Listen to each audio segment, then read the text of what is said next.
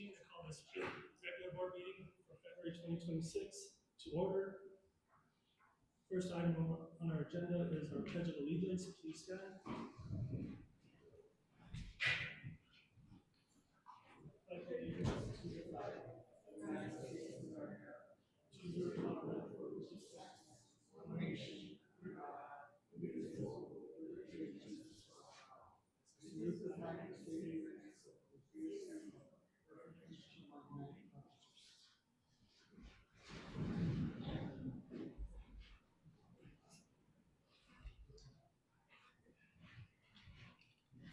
Next item is our roll call. Roll call, please.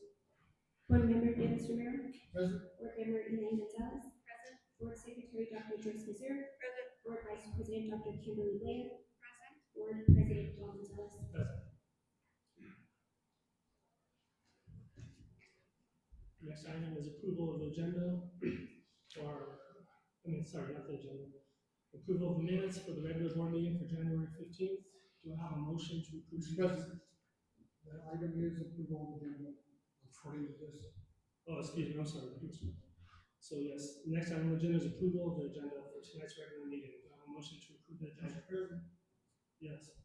I am not comfortable with the agenda because I believe that we did not follow policy in appointing our committees last week. We'll discuss that when it comes to policy review. Thank you. Do I have a motion to approve the agenda for tonight? I'll move to approve the agenda. Do I have a second? Second. I have a motion by Dr. Blair and a second by Dr. Mazur. All in favor, say aye. Aye. Any opposed, say no. Aye. Motion passes. Next item is the approval of our minutes. Is there a motion to approve the minutes for the regular board meeting on January 15th? I'll make a motion to approve the minutes. Do I have a second? I'll second. I have a motion and a second. All in favor, say aye. Aye. Any opposed, say no. No. Motion passes.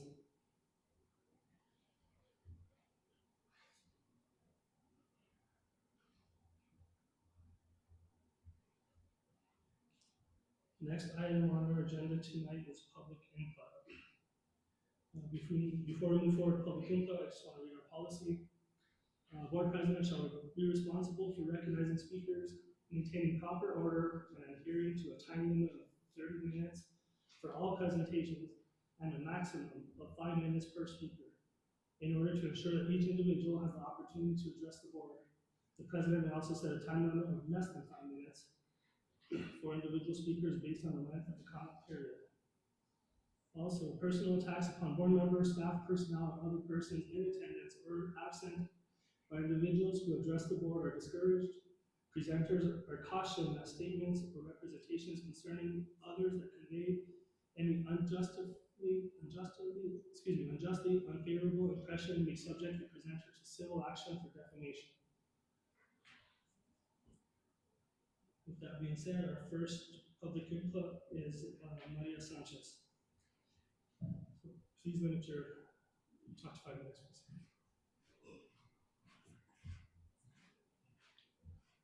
Good evening, everyone. First, let me apologize for setting a tone that made you all think that I would allow you to disrespect and spread lies about me personally. When my family moved back to New Mexico, our intention was to help our communities in Las Vegas recover from the fires. What we were greeted with was all of you tearing each other down while trying to get better. And so, I'm creating a series for the whole nation to watch called Corruption, Collusion, and the People Who Support Them, a look into public education in New Mexico, Las Vegas edition. It will air sometime in March. Ms. Sanchez, can you hold the microphone just so, go ahead and hold it, and you can hold it just so we can have a better opportunity to hear. It will air sometime in March, so Las Vegas, get ready to be infamous and pray that the public series comes with lessons on how to support those in your community and not tear them down. In case you haven't noticed, the children of this community need us. All of us. Parents, grandparents, family members, teachers, administrators, business owners, government agencies. They need positive leadership that can agree intelligently for the greater good of the whole. We need to ask, are we solving any problems, or are we teaching our youth how to adapt to bullying and corruption? I was personally targeted recently. I was hired as head coach of Las Vegas City Schools. And I know, as Superintendent Sandoval said in the optic, I quote, the coaching positions were reposted to allow coaches the opportunity to decide whether or not they want to continue coaching for a reduced stipend. All are welcome to reapply for their coaching positions. Sandoval said, and many have. She added that although these cuts were made, sports and clubs will not be reduced. I quote, everything remains intact with regard to the number of sports that we have, Sandoval said. Those are not being reduced. We were just reducing the cost, end quote. Unfortunately, all lies.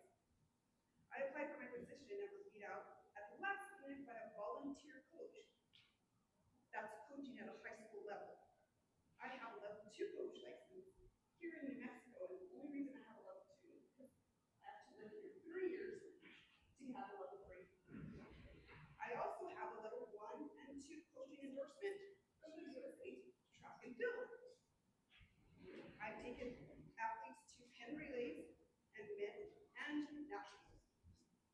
And my years of coaching outnumber all of the years that the current coaches for track and field have combined. In 2 years of coaching here, I took the boys and the girls team to state, with the boys winning the team's state runner-up trophy. This was the first placement in 11 years.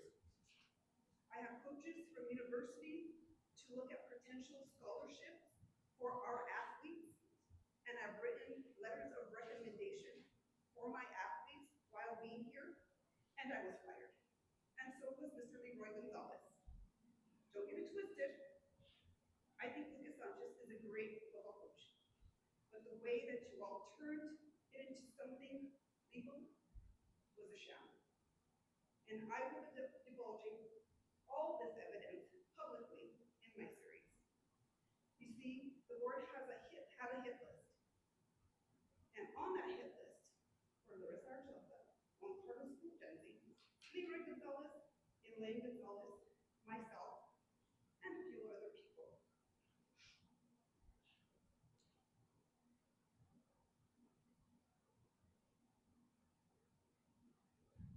And so they staged a lie.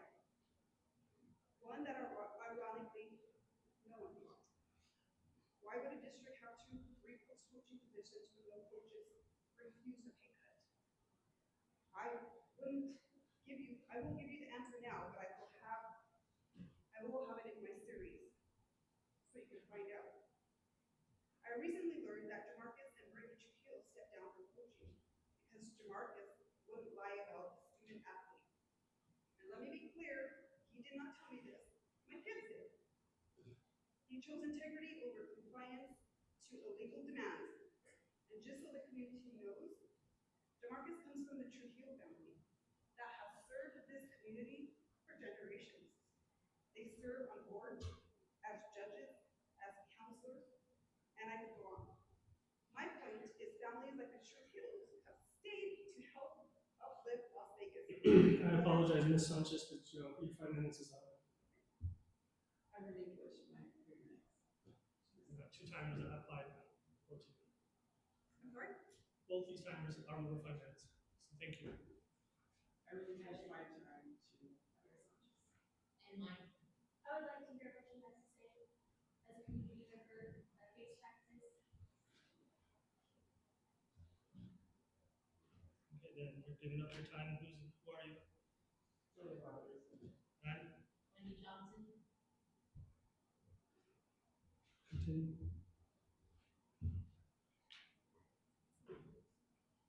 My point is families like the Trujillos have stayed to help uplift Las Vegas when others have moved away or just given up. You all should be ashamed of yourselves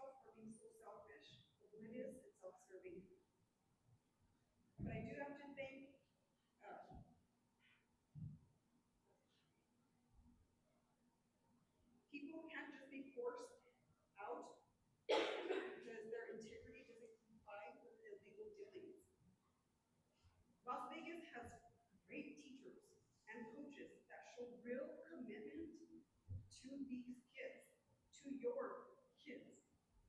The fact that you don't even recognize their ability to sort through each student's trauma while teaching and coaching, they deserve not only compensation, but support that is fair, cooperative, and constructive. Because we are leaving. Not everyone has the same heart as me. Not everyone will go through the same lengths to help other community members who don't have a voice loud enough. But I will not shrink my confidence in myself to make anything feel comfortable. So Las Vegas, you either face your demons or they raise you. They will raise your children. I want to thank you and your supporters, friends that are no longer friends of mine. I'm glad you blew your cover, pretending to be good people. And now, I, along with a lot of more people, recognize that you are not good for the past or the future, for the students of this district and of this community. So if I make any more new friends in Las Vegas, I know the faces of the devil's advocate.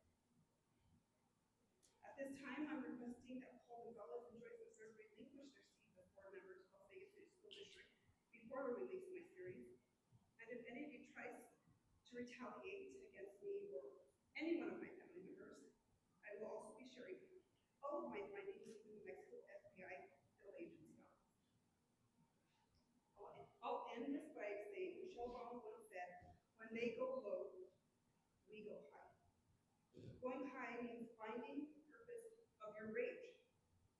Rage without reason, without a plan, without direction, is just more rage. And this town has been living in a lot of rage.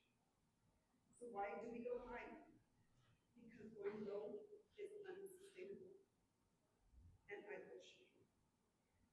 No one is happy in this place. And it may be easy for all of you to go low, but at least I'm trying to look for a sustainable, affordable, kind, and community-friendly solution.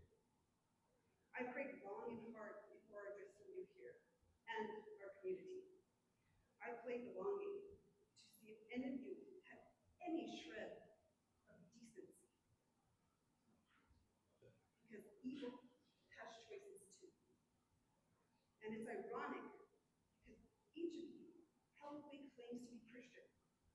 But I know in fact that God is with me on this particular journey. So get behind me, Satan, because you will be exposed. And when you leave this meeting and you're asking yourself, what's next? The answer is consequences.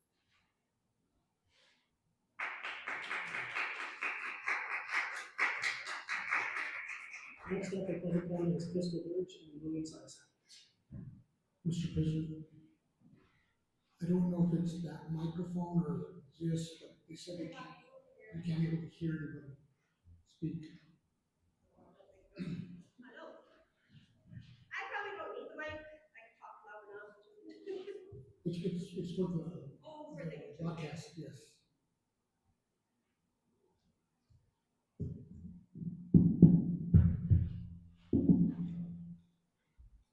Hello, everybody. I am Crystal Birch. I've been with Las Vegas City Schools since 1991 when I was in kindergarten. I've been here with Las Vegas City Schools since 1991, since I was in kindergarten. I have stayed an active member since I graduated in 2004. I have 2 kids in the school. I would like to take this time to commend the current administration on putting our students first in all your decisions. Today, I would like to especially thank athletics.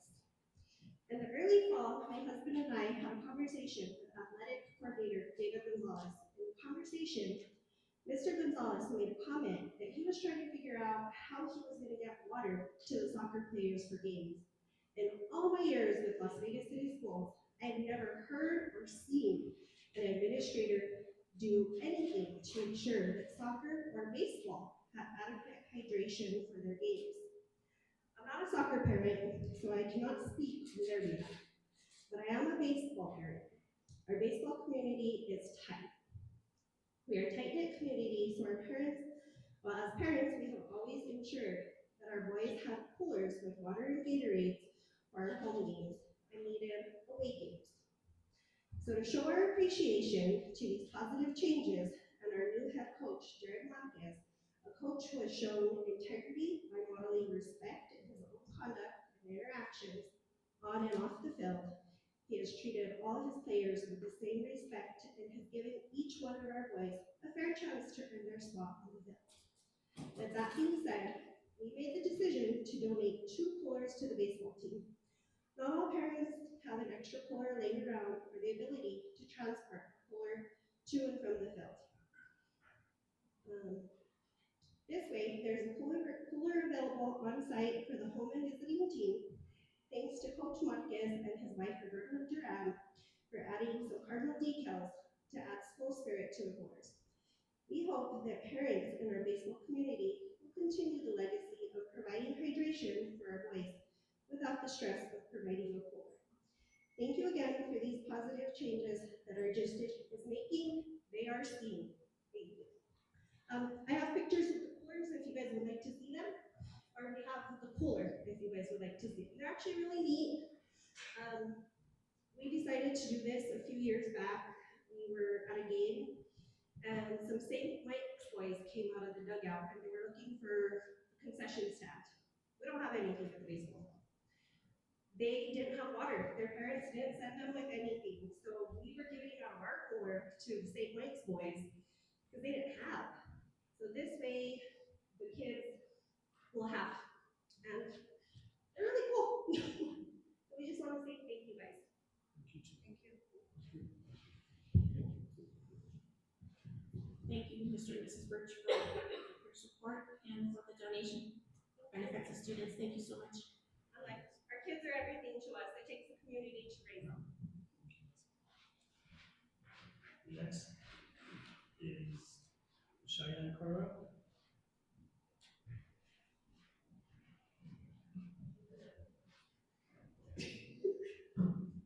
I'm so sorry, but Mr. David Gonzalez is not an administrator. Can I make that clear? I'm a little Personal offended by attacks will that. not be tolerated. I'm so So if sorry, it's but ever- I just we would need like to to stop make that personal attacks. clarification. We're stopping that right now. Okay, I'm just making that clarification, but good evening. My name is Cheyenne Carlisle, and as of today, I am no longer employed by this district. I am speaking as an educator who left not because I wanted to, but because I no longer felt supported, valued, or professionally protected. I left in part because I experienced what I believe was discrimination and retaliation after receiving legally protected pumping accommodations. I brought these concerns forward through appropriate administrative channels.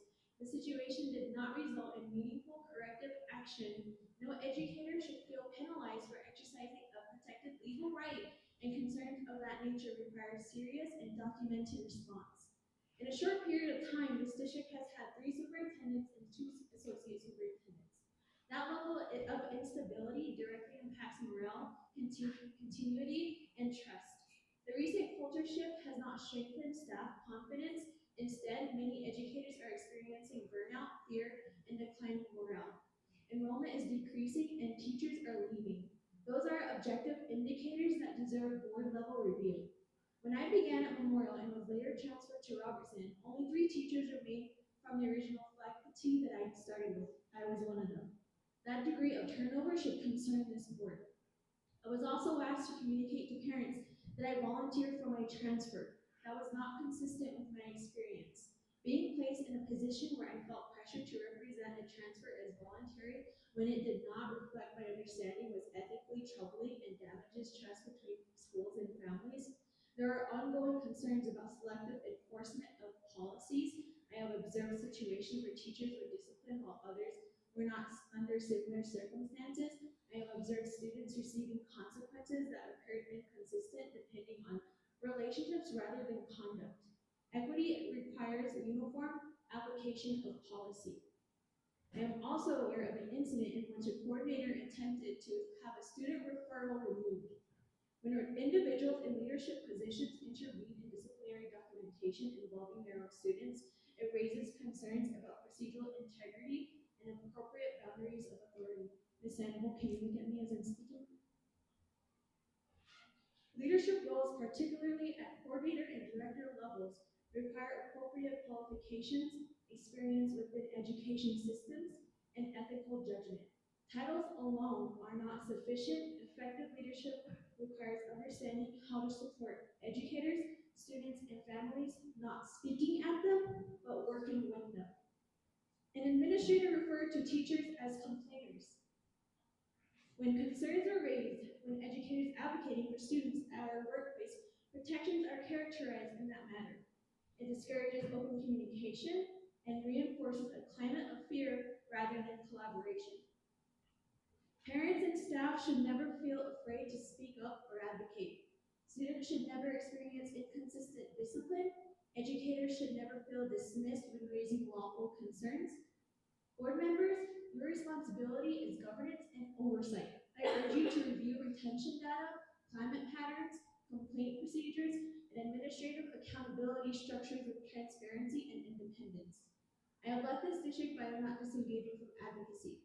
I will continue to support students, teachers, and families through lawful and appropriate avenues. My intention is structural improvement, and if those changes aren't made, we will be getting to know each other a whole lot more. And as Wyatt once said, and I'll bring hell with me. I have left this district, but I am not disengaging from advocacy. I will continue to support students, teachers, and families through lawful and appropriate avenues. My intention is structural improvement. Reflect honestly on why morale is low, turnover is high, and trust has been shown. Our students deserve better. Our teachers deserve better. This community deserves leadership it can trust. Thank you.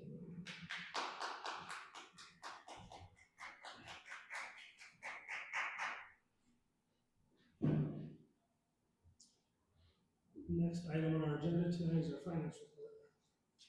Again.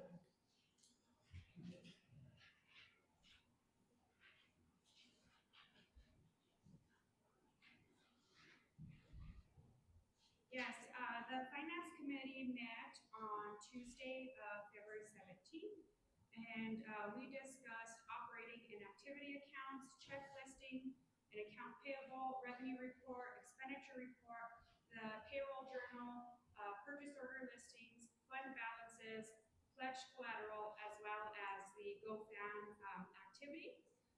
In addition to that, the committee recommended some bars be approved, that there be a transfer of $59,999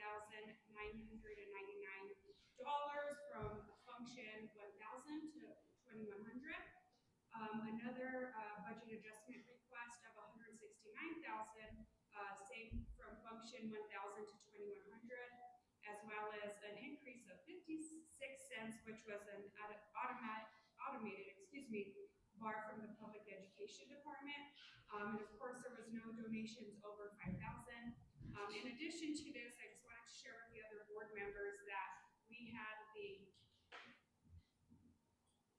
thank you. In addition, I wanted to share with the other board members that we had the discussion regarding creating a budget calendar and timeline. It's my understanding that we're waiting for the budget worksheets to be released by the public education department, and then Superintendent Sandoval as well as Business Manager Gonzalez will go ahead and share that information with us.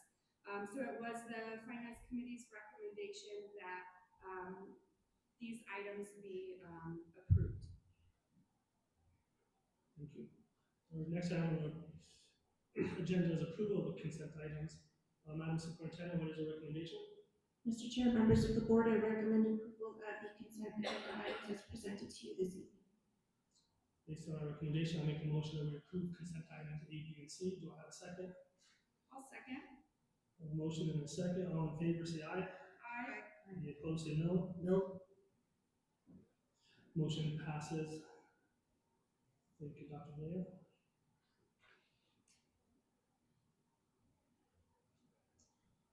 All right. Our Our next item is our old business, and it is, Energy X Global Lighting and Solar Contract. Madam Superintendent. Mr. Chair, members of the board, I'd like to, once again bring up, X Energy, or I'm sorry, Energy X Global, Mr. Papa and Brad to, inform our new board members of the project, that we will be embarking on, and then, request, ratification for the contracts that were actually approved in December, through the, resolution. So, with that, gentlemen, please. Thank you. Mr. Board President and members of the board, Melissa and staff, we appreciate the opportunity to come back and talk about the lighting and solar project. Just a little background on where we've been to this point. A few years ago, prior to the pandemic, I came through Las Vegas, and at the time we talked about a lighting project because in the lighting business, when you see lights like this, we drool because it means a big opportunity to cut costs and improve the learning environment.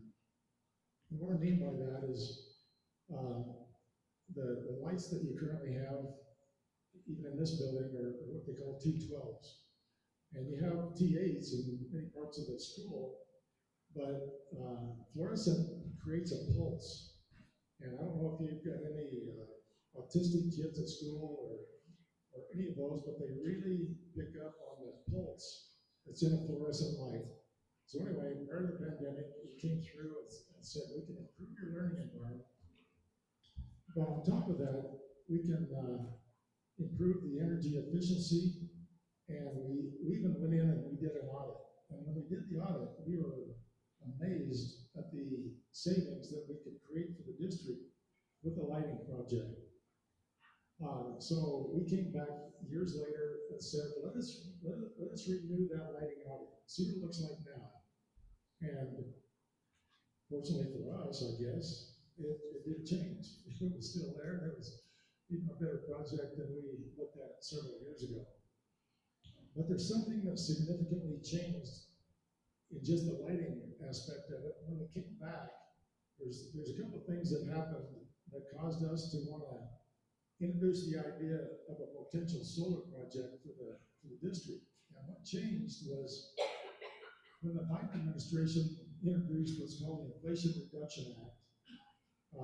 What changed was that there used to be an investment tax credit that could only be used by a contractor in terms of a tax deduction or a tax credit. Well, the Biden administration came in and said, no, if you're a nonprofit school, for example, we can convert that into cash. And then on top of that, they said, we can actually improve the investment tax credit, not from just 30%, but you can increase it for as much as 70%. Well, what that meant for the district is it was definitely worth introducing because it meant you could have the opportunity to go solar, but put cash back in your pocket. Well, then the Trump administration came in and he says, that sounds fine, well and good. And then he introduced his bill that put a sunset clause on that solar incentive. And so it kind of put us under a squeeze to introduce a solar project because there's just a short window to take advantage of that tax credit. So what we want to do today, we want to keep it brief, but we want to go through.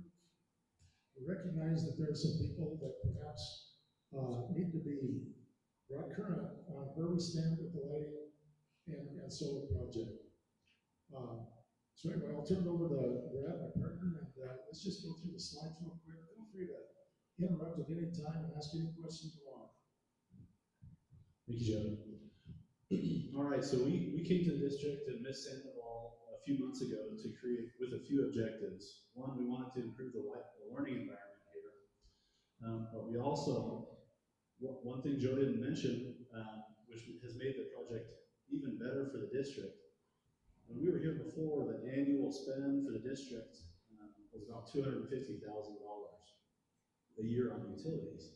It's increased dramatically. What that means is that the lights we have over our heads right now have gotten even more expensive to run. the HVAC systems have gotten even more expensive. It's become even more important to modernize, to update, and recoup those costs before they just keep stacking up because we're paying for it right now. So we knew that there would be an opportunity to decrease the utility cost as well as the maintenance cost. LED lights will last longer. We also understood that with this project, we would be able to recoup that investment back to the school. We'll talk more about that in detail here in just a few minutes. Next slide, please. So what we looked at were all the schools in the district, including Mike Mateo. And just a brief overview, the district right now is consuming about 2.8 million kilowatt hours of power per year for about $433,000. So that was this last year. That was current as of maybe October. So that's increasing. It's increasing well over 2 to 3, the average of 2 to 3% a year. You're increasing much faster than that, and we're paying about 17 cents a kilowatt hour right now. So what we looked at was breaking this project into 2 phases. The reason we wanted to break it into 2 phases was we wanted to, one, reduce the energy consumption of the district before we looked at producing power. We didn't want to just cast a big blanket over the whole district and create an oversized solar array to offset systems that were going to be replaced with much more efficient systems someday. That wouldn't make very much sense. So what we wanted to do first, and the reason we broke it into 2 phases, phase 1 is energy reduction. One of the biggest energy consumers in your district is the lighting right now. So if you go to the next slide, phase 1 of lighting, what we propose is a lighting retrofit and replacement project. With many of these lamps, the lamps above our heads right now, these will be completely replaced.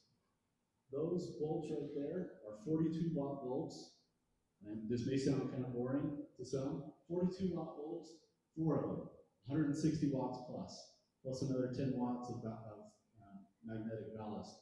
We're going to replace that with a single 10 to 15-watt bulb. We can do the math on that, multiply that up across the district. That's what we're proposing. District-wide, we're going to reduce the energy by far more than the 25% that we have here on the slide, but all of that's going to be verified by a third-party report, not just by us. These bulbs last longer. They'll be more visually consistent. You won't have the flicker, the headaches, better running environment for the kids. And what the maintenance teams will like is with less replacement, longer useful lives, less drain on maintenance budgets and hours. Oh, thank you. Yeah, what Joe just mentioned is what we also include when we do lighting projects is we also include what we call attic stock, where we don't want to do a really nice, beautiful lighting project and then have the maintenance team go out and grab some lights from Home Depot and replace them. So what we do is we also provide an overage amount that the maintenance teams can keep in the storage shed, in the stockpile, to where when those lights eventually go out, or let's say a bulb gets broken, they can replace it with like kind. It's not going to be a mismatch. Next slide, please. So the phase 1 of the project is outlined here, at least the financials of it. The cost of the project is $546,981. We estimate annual energy savings of $188,000 a year. We also estimate maintenance savings, because right now we're replacing old lights of $41,000 a year. These lights, the lights we replace them with will last over 10 years. The lights that they're replacing last 3 to 4 years. The simple payback on this, after you run the math, so how fast will this make sense for us? How fast will we recoup our investment? Is 2.4 years. So within 2.5 years, by having a beautiful learning environment all along the way, in 2.5 years, that cost will be recouped. And because what we had discussed last time, I believe it's being paid for out of the GO bond, so you're not financing it. The savings is recognized on day one. So as soon as these lights are installed, the power bills begin to come down and you begin to recognize the savings. So that happens immediately. Right, and because you're not financing it anyways, it's Joe mentioned, it's budget neutral. So it's not gonna cost any more than what you're paying right now. So I've also included 10-year maintenance savings and 10-year utility savings. So any questions on phase one before we move on from here? Phase one, LED lighting retrofit. Sure.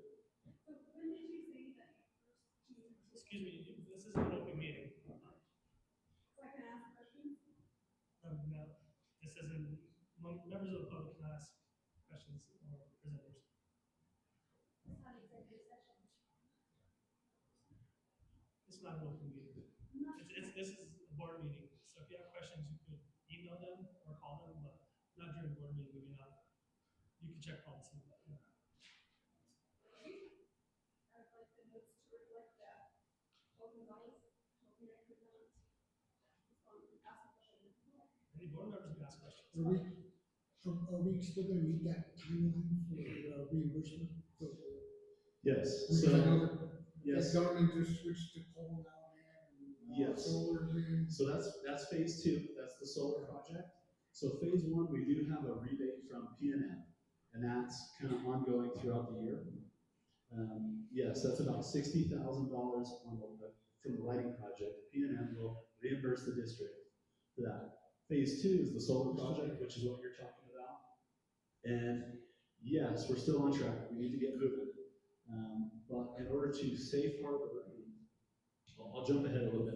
In order to safe harbor the solar project, which means to prevent the risk of that project from going beyond what is eligible for that investment tax credit, we need to get started before July 4th of this year. A few questions that came up last time we were here were, are you retrofitting some of the buildings that we've talked about, demolishing or deconstructing or moving? And what we wouldn't suggest replacing those bulbs if you were demolishing those buildings this year. But because it's still a few years off, from what I understand, what we understand is when that those changes are taking place, we recommend that you get the good learning environment, high quality, better lighting systems now that you'll recoup the investment before that time comes. And those lights and fixtures can be kept as additional lighting stock or attic stock for the new buildings or plugged right into the new buildings. Any questions on phase one? Sure. So the rebate, any of the simple paybacks that we talk about today, we do not factor any of the rebates in. So they pay for themselves outside of the rebates. All right, I think we can move on and talk about phase two. So phase two is the PV installation solar arrays that we've been discussing with the district. And just so everyone understands, the way this happens is we don't decide on the design and it becomes set in stone on day one and that design doesn't change throughout the process. There's a number of phases of design that happen in order for us to create the best solution for the district. So this was the plan we proposed to the district back in December. It's just shy of a megawatt of power, which is a pretty substantial system. It offsets about 90% of our projected remaining electrical consumption after our lighting project. This was a combination of ground mount and roof mount arrays that we'll go through. And we've utilized American-made bifacial modules on this, which helps with the investment tax credit here that we'll talk about in a minute. And so let's go through some of those locations.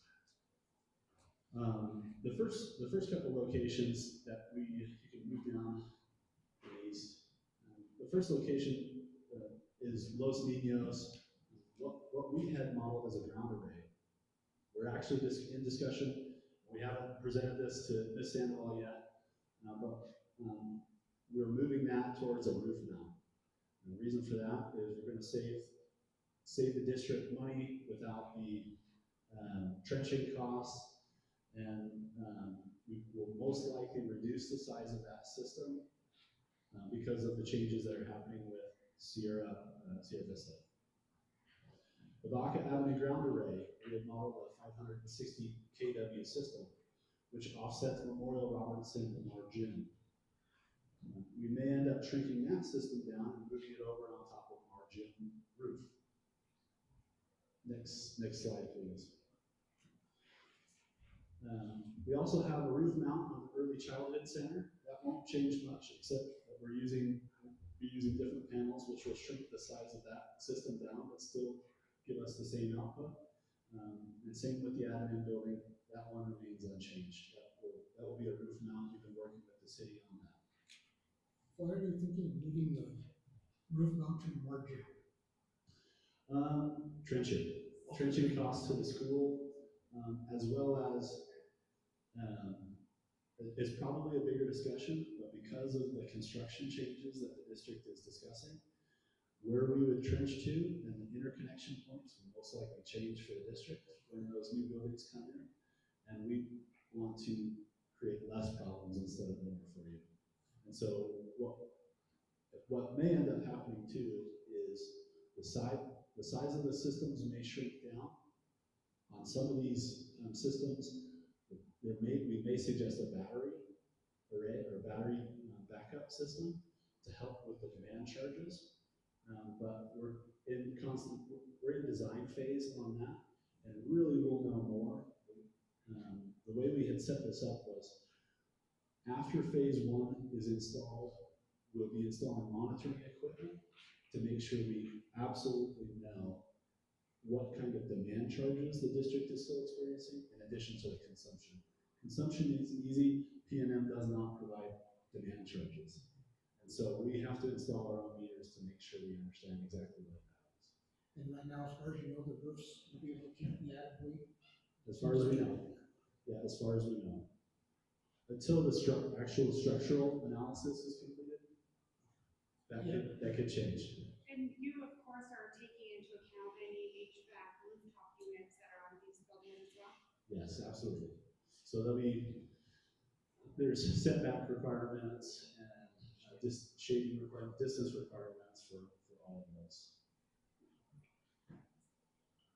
All right, so the price for the solar project as a whole, I think that's the next slide, was $2.7 million.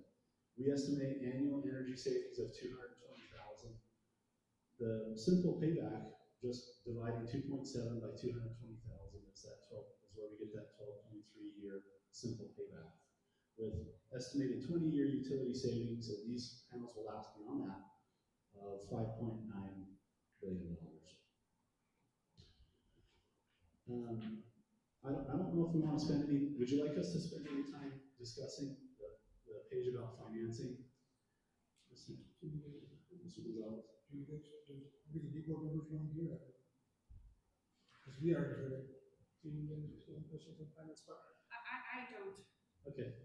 but I don't know if Ms. Gonzalez. No, I'm fine. I never attended the meeting when they explained the cost. Okay, perfect. We'll kind of move through that. What we have done is work through some of the different financing options and settle on one that made sense for the district.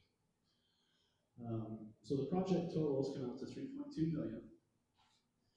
The rebates that we've listed are there in blue. We estimate $58,000 back from PNM. And as we've been continuing our work, we feel confident in a 50% investment tax credit coming back to the district for the solar. Last time when we were here, we mentioned a 40% back to the district. We believe with the American made, because of our specific situation, specific location of the district, being in a decommissioned coal plant, power plant zone, we believe we can get that 50% for the district back. So that comes as a direct cash pay to the district. No, it's not a tax incentive or rebate, it is a cash payment to the district. Comments on that? Sure, okay. Overall project, anytime we can get a payback under 10 years, we feel like is a very viable project.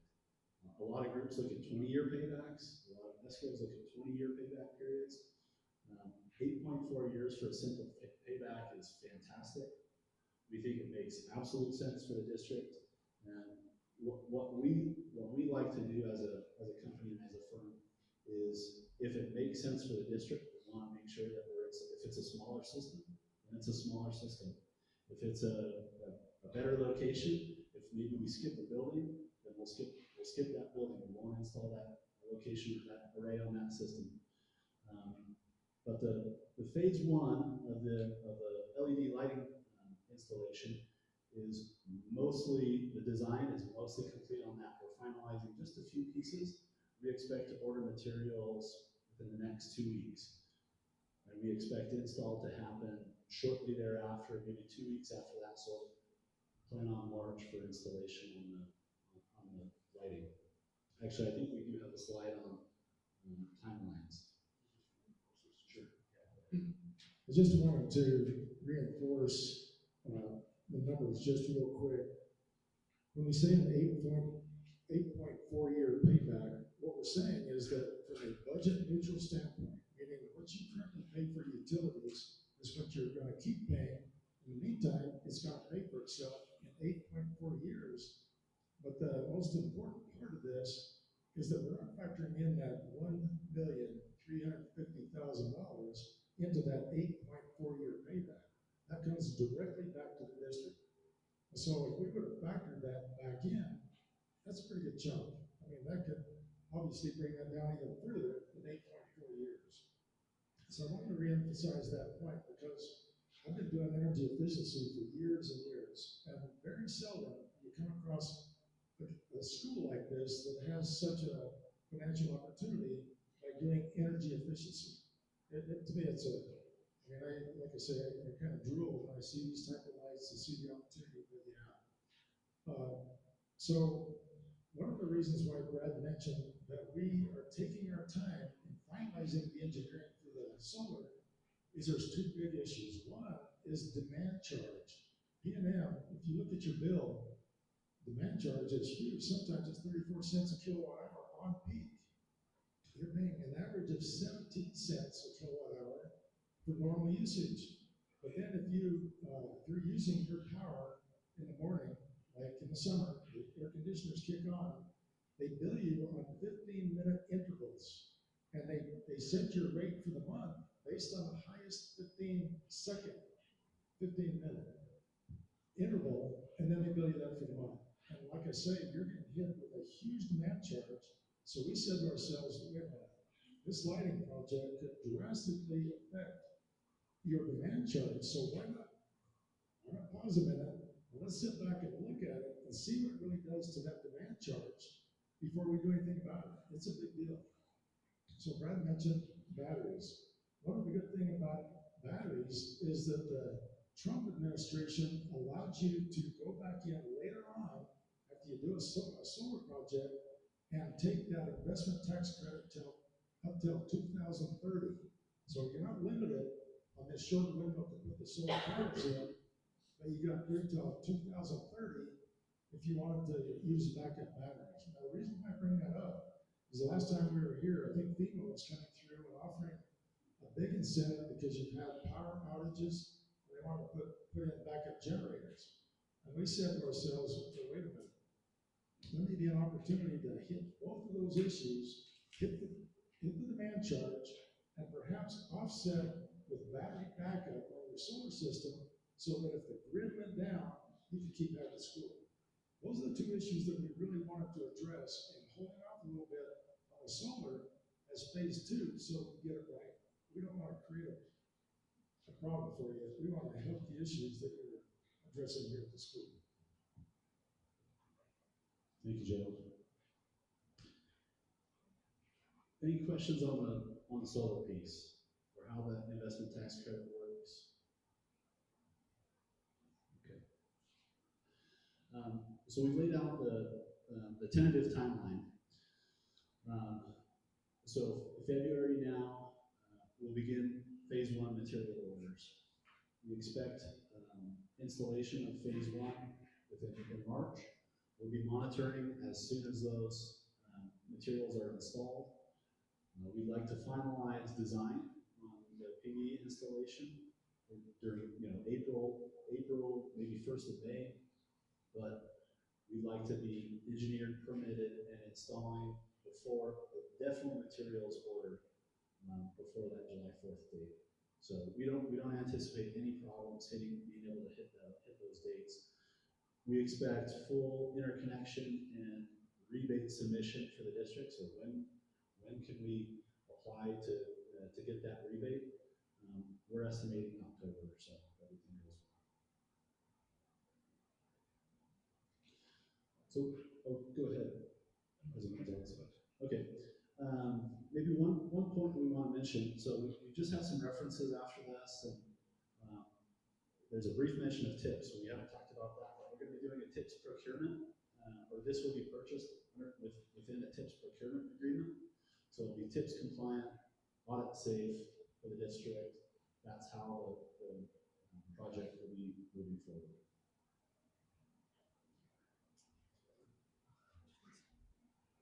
Any questions from the superintendent, board? No, sir. Thank you, gentlemen, once again. Thank you. So with that, Mr. Chair, members of the board, I am asking for ratification for the contract. That was within your packet. Again, thank you for returning to update our new members on this exciting future-focused project. And we're excited to move forward. So based on Superintendent Sandoval's recommendation, I would like to make a motion to ratify the contract with Energy X Global. Do I have a second?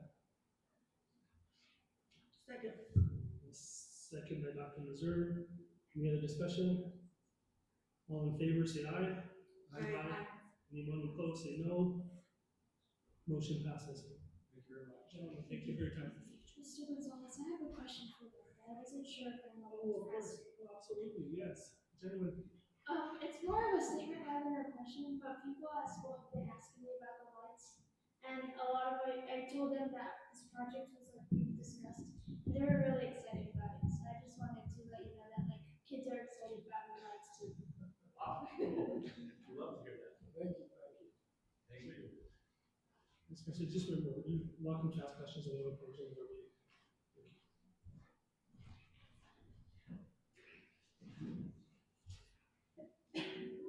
Next item on our agenda is our new business, our policy review. Reviewing and updating our policies is one of our primary roles as a board of education and must be done on an annual basis. Knowing our policies and informing our parents, staff, and public about our policies when necessary is fundamental to the success of Las Vegas City Schools. We won't go through every policy, but after review, does anyone have any policies in section A, foundations and basic commitments that we'd like to discuss? President Gonzalez, if I can, there was throughout policy A and B, I guess a couple of things I would request that there be consistent font throughout, and I'm trying not to be too particular about things. In addition, there's also not adoption dates on certain policies, so I guess clarification for me is I know at the beginning it indicates that December 18th, 2014 is, I'm assuming, when the entire packet of policies was adopted, and then if there was anything else added, there's specific adoption dates. So I don't know if Superintendent Sandoval, you can clarify that, or if there should be adoption dates on each policy. Mr. Chair, Dr. Blair, the adoption dates are based off of either initial policy adoption, which I think many of these ones are. We do contract with the School Board Association contract service for board policy. So taking the font, they create these policies, so we can check with them, but it's not anything that we create as a district. all policy adoption dates, so you'll see on some of them, I think its initial policy adoption or something to that effect, that was at the very onset. Any revisions to the policies will have the new adoption dates on there. Okay, thank you for that. So I think, for example, says date of manual adoption, that just indicates that it's like the December 18th of 2014. Yes. Okay, thank you. In addition, we need to update policy A0300, as well as A0312. I need to, I believe that it needs to have an updated Title IX coordinator listed. I do recommend, just for consistency and policy purposes, if that position, and responsibility will change, keep, like, for example, an email and a phone number consistent, just so that way, if not, that will have to be something that's updated regularly.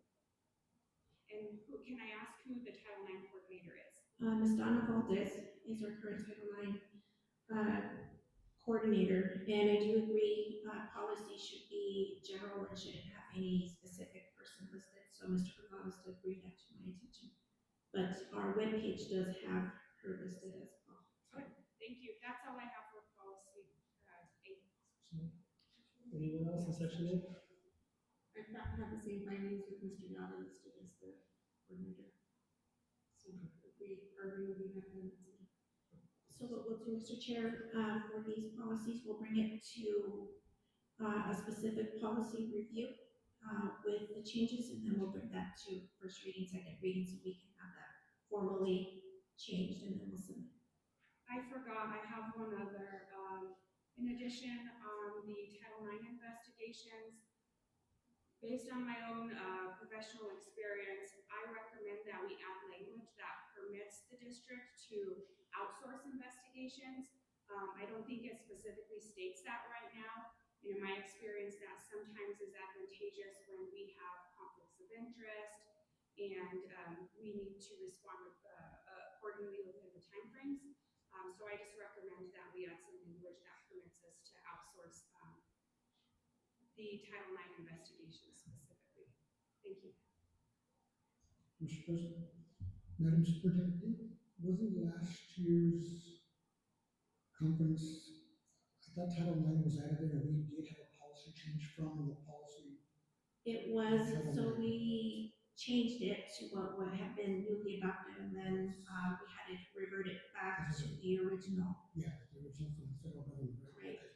But we have found, just to let you guys know, the policy service did revise their portal, and it appears that some of the policies that we had originally adopted and changed reverted back to the old ones, so we'll have to get back with them and make sure that those are changed to new adoptions. All right, so moving on to section B, which is school board governance and operations. I think if you kind of go down the line, I want to start with B1050, superintendent and board superintendent relationship. I'm just going to read just a portion of it. The establishment of policies is the responsibility of the board, and the execution of these policies is a function of the superintendent. The superintendent is the chief executive officer of the school district and is responsible for the professional leadership and skills necessary to translate those policies of the board action into administrative action. The superintendent is responsible for that administration of the district. I want to remind ourselves that this board's role is to focus on governance and policy and to refrain from involvement in delegated administrative functions. This is from the New Mexico School Board Association's handbook. A school board is legally required to delegate all administrative and supervisory functions to the superintendent. Once these functions have been delegated, board members must refrain from involvement in the day-to-day management of the district. I just wanted to share that so we're all on the same page. Does anybody else have anything on section B they would like to share? President, Yes, Mr. Romero. I do, I believe our committees, the audit and the finance committee were selected appropriately. According to B 1200, the advisory committees, it says the board shall establish standing and temporary committees as may be necessary to conduct its business. When any standing committee is formed, as members shall be appointed by the president and confirmed by a majority vote of the board. We did not do that. You nominated and then we did not vote on the committee members. You just said, I'm going to appoint myself and Dr. Blair for the finance committee, I'm going to put myself and Dr. Reserve for that committee. Mr. There President, was no vote. Yes, Madam Superintendent, please. Mr. Romero, when you asked to have policy B1200 posted and we had communicated, I did go back and I reviewed the policy, and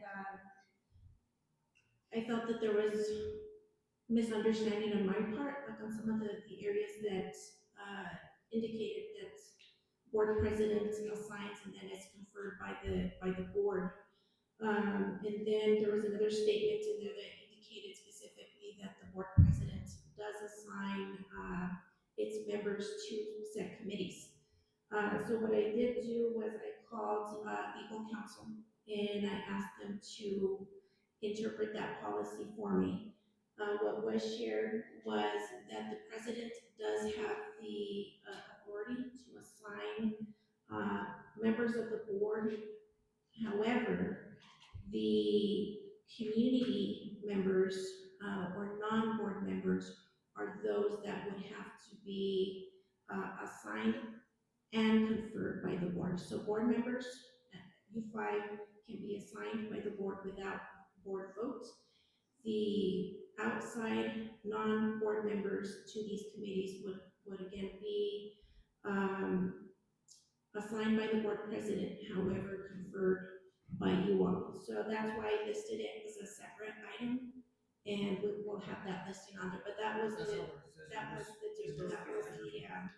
that was the interpretation of our school attorney. But nowhere down the road does it say anything more about a president appointing. It just keeps going down about administration, but it doesn't say anything more about president appointment. It just right there in the beginning it says it. Mr. Romero, it says standing committees, so the finance committee and audit committee are already standing. These are committees that are already in existence. Yeah. So therefore, standing committees shall have at least one board member, but no more than two in its membership, who shall be appointed by the president. When we're establishing a new standing, And voted on. no, that's like, It's right here. The board shall establish. but we're not Yes, establishing, yes. Mr. Romero, we're not establishing new committees. These are committees that have been standing for a long time. Yeah, So- I understand that, but it doesn't say anything. Yes, it I'll is. show reference to this and have Ms. Denise. Yes, because that's not what it And the school attorney did mention that if the board wanted him to come in and speak to some of these policies, and again, specifically to this one, he would be happy to do so. This, I mean, Mr. President, this is just another example of, you say you want to work together with everybody, but you went ahead and put a new board member as an officer, and then on a committee, then yourself again on two committees, and you throws out another new board member. It would have been a perfect opportunity to get the other new board member involved, and you didn't do it. So I just don't understand how you could say you want to work together, but you keep certain people out. The statement that I highlighted, Mr. Chair, Mr. Romero, where it indicates that standing committee shall have at least one board member, but no more than two in its membership, who shall be appointed by the president. So the language that was interpreted is at least one board member, but no more than two in its membership, which is U5, shall be appointed by the president. And this statement, according to our attorney, indicated that did not need board approval. Where you are referencing is, I believe, It's B1200 BDF advisory committees. right here. Mr. Gonzalez? So it was brought to my attention when we were in our trainings, a couple weeks ago, that we are able, if policy is changed, that we can have more than two members attend as long as we post the meeting as if post the meeting so that there could be a possible quorum, so that other board members can attend. So that's something that I would like for us to consider at some point, to have more than two members attend, and that they are posted that, so that members of the team. And that was my next You know, I think, policy. so I think just to make sure we clarify this, it has been, advised to us by council that we do not do that because of course we're bypassing the reasons for these committees. Now, we could bring Mr. Ortiz in to have us explain that, but I for one would like to keep it as is, but that's a discussion again if I want to bring it up. But these committees are recommendation committees, they're not decision-making committees.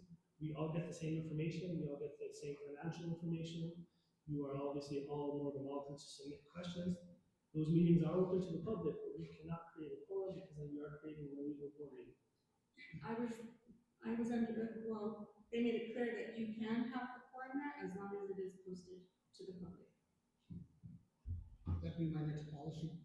Issue with 12 is like, or would be, is I'd like to make our finance committee an open meeting so that everyone, the public can attend and all board members can attend if they want. And I'd like to propose that as a change to our policy. Now, I know that the audit committee can't because we can't release audit information until it's received and issued out by the state auditor. But a finance committee, I know Albuquerque Public Schools has an open finance committee meeting, and I think there's a couple of other school districts that do. And last year, I'm sorry, and was it 2 years ago, we met down at Highlands and we went over that strategic planning, and 3 of us here agreed to, one of the lines over there talks about transparency, so if we want to be transparent, here's one way to do it.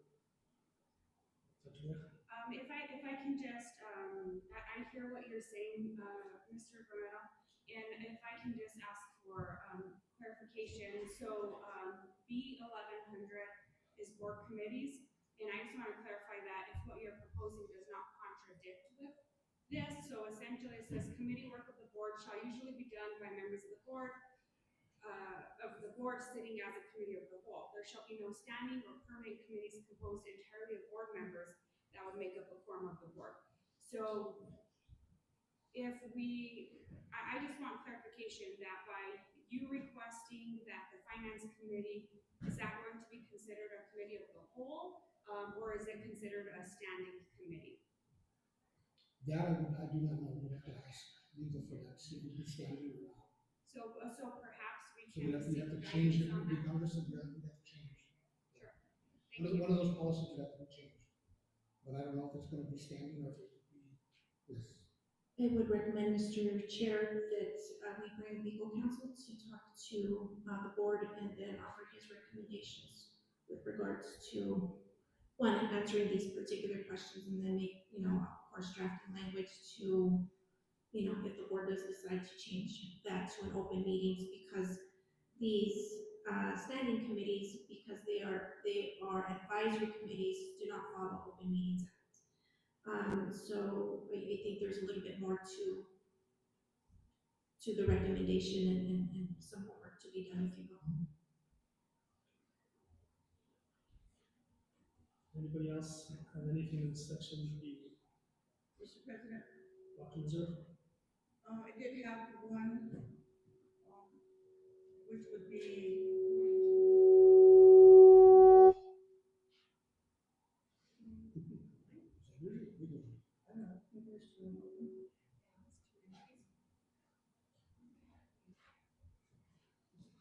the one that I would have in question would be B2150. It'd be B2150, which is discussion in reference to public participation of the board for input. On the policy, it does say 5 minutes, and I know at times we do limit it to 3 minutes, depending on the number of people that are present.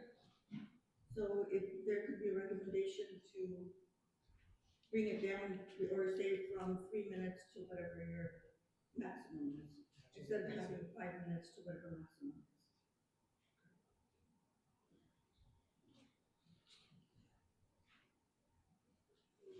So again, just for my clarification for notes when we work on this, your recommendation is start at 3 and work our way up.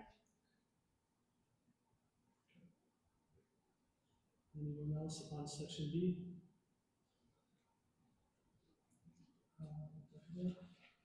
Yeah, B0800, specifically the paragraph regarding nepotism.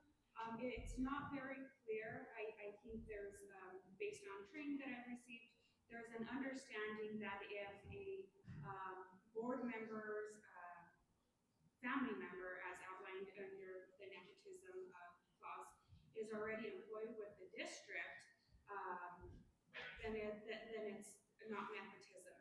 However, it doesn't specifically state that if there's already standing employment with the district.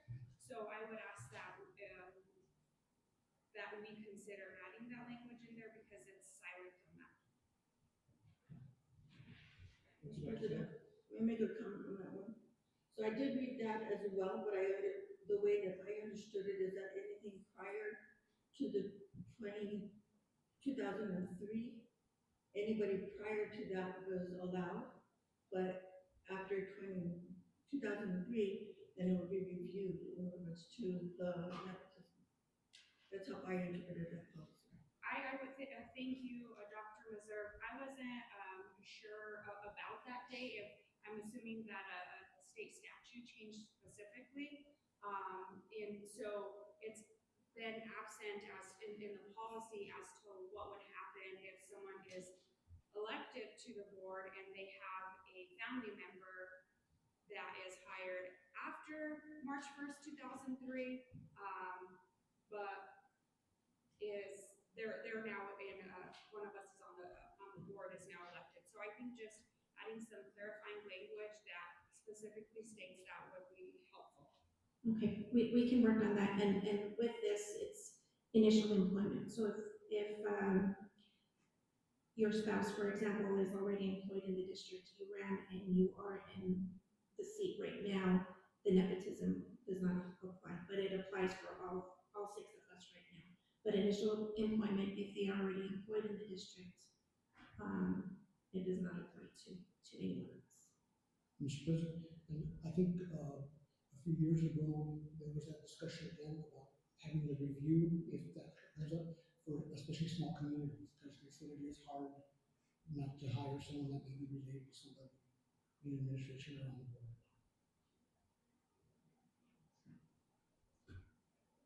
And I have just two last ones that I would like to bring up. It's B3050, communications with staff members, and B3100, communications with the public.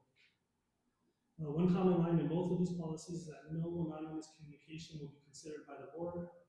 It is important to remind both the public and the staff that to communicate all concerns through the chain of command and in writing to be sure their concerns are addressed in the proper procedures. It is absolutely our responsibility to listen to the concerns of the community, but it is also our duty to inform them of the proper way to make sure their concerns are heard and addressed. And that is through following the proper policies and procedures of this district. Anyone have any other section? Are you asking us to maybe change from that, or? I'm just reminding everybody that no anonymous communication will be considered, because I know in the past, myself included, I'd get a call and I would say, hey, I got a call from somebody. That's no longer going to be an anonymous boardroom. Clearly states no anonymous communication will be considered. Thank you. If there's any other discussion on policy review section B?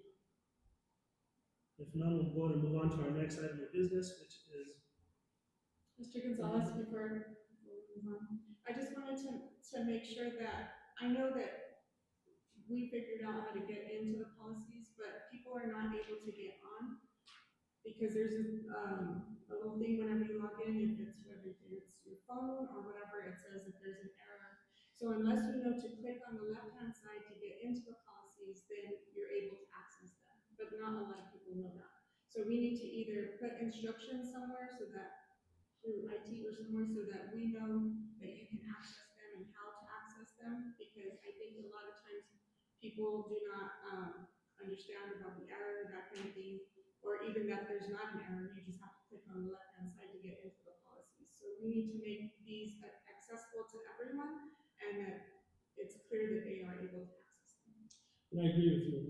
The School Board Association Policy Committee, they changed their format recently, so that was very confusing to me as well. I had to call and get clarification how to get into them, so I do agree with you. So I think that we should put some type of instruction or something so people are able to access. And again, it's on computers, it's easy. On our phones, I agree, it is a little bit tricky at first. Mr. President, Yes, Mr. Lamar. Point of order, these policies have listed discussion and action. Are we going to vote on giving Madam Superintendent the authority to go ahead and go into council, call council, and try and put changes in there that we want, and start going first readings?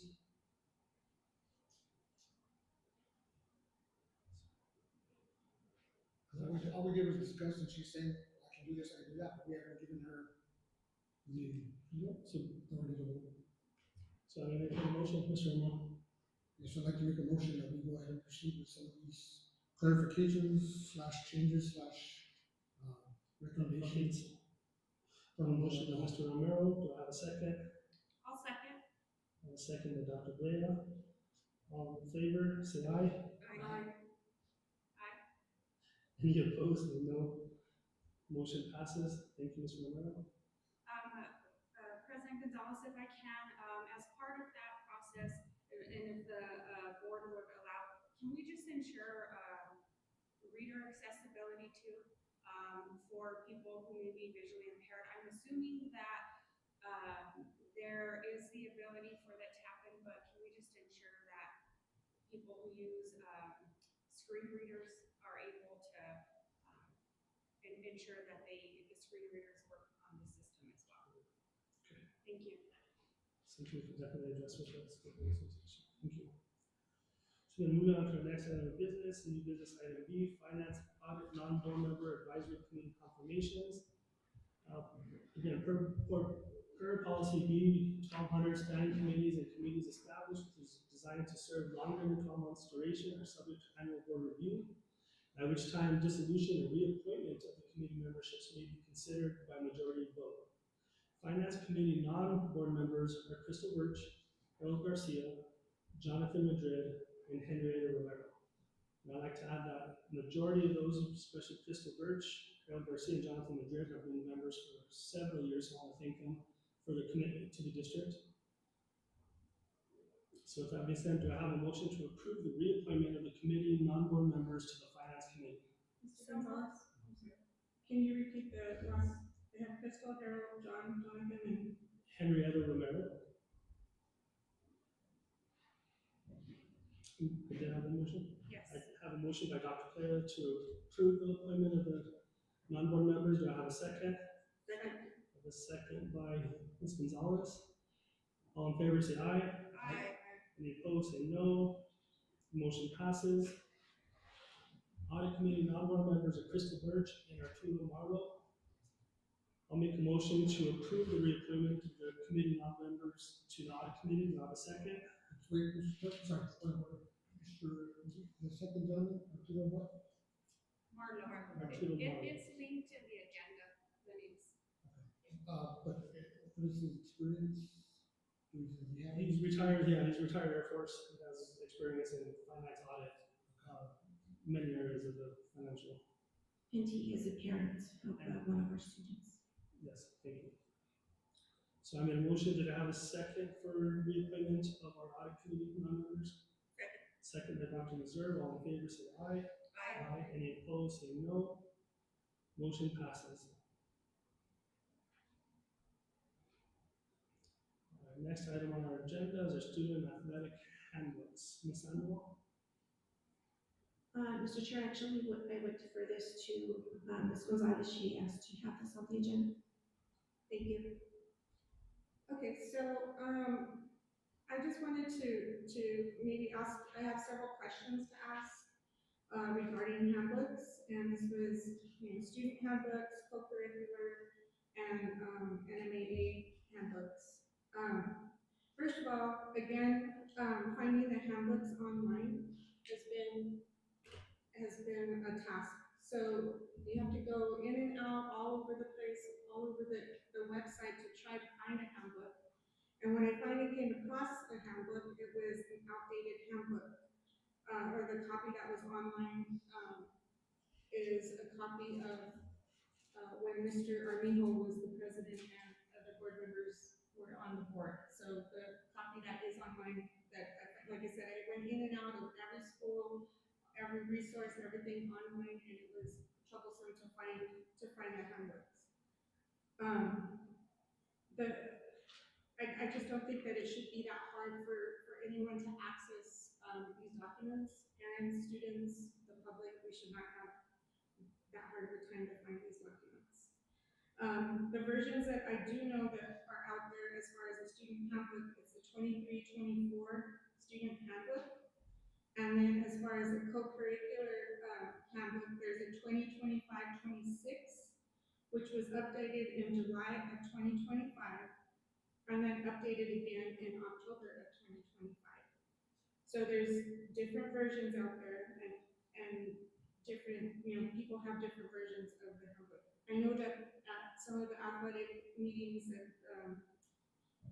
they handed out the athletic handbook at that point, or co-curricular handbook at that time. If you were not present, you did not receive the handbook, so some people do not have the handbooks.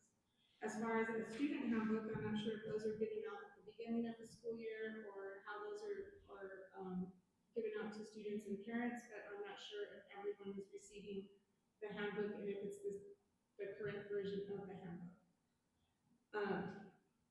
So I would like to know, like, what and how many changes have been made to the handbooks within the school year? What are the dates of the changes that are being made or that were made? When the changes are made, who is authorized to make the changes? Is there a committee that's involved when the changes are being made? Do the committees consist of administration, teachers, parents, and students? Or are the changes being made without, input from the committee? Are the admins making the changes? Licensed admin, are they making the changes? Once the changes are made, is the public being notified of the changes? So are students being made aware of the changes? Are the parents being made aware? Is it out there for the public to know? Because these things that are, everything that's in the handbook should be made available to everyone, and the changes being made should be brought to everyone's attention. I'm just concerned that when changes are made, is it to benefit the adults or the students or the situation? So two of the questions I have are we being fair and equitable with the changes when we're disciplining students, whether it's through academics or through athletics or extracurricular or co-curricular? Are we being fair, and are we being equitable? And then are we being fair and consistent whenever we're imposing whatever the discipline may be, whether it's suspension or expulsion or whatever is happening? Are we being fair and consistent? Are we disciplining everyone the same? Are we following a matrix? Are we following policy?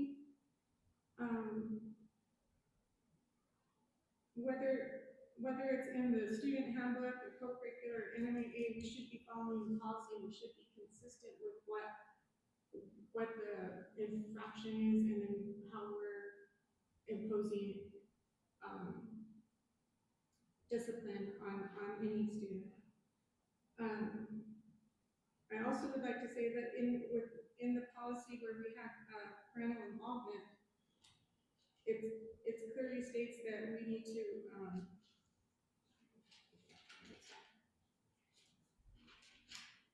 it says that the district and school site levels incorporate the maximum extent possible of a variety of activities, strategies, and mechanisms into the district and the site structures that provide active involvement, active support, effective interaction with, and development of, and this is parents as active partners in the student support team effort that will enhance the capacity of all students to reach their optimum potential. I would just like to know, are we keeping students' mental health and well-being in mind when we are enforcing discipline? And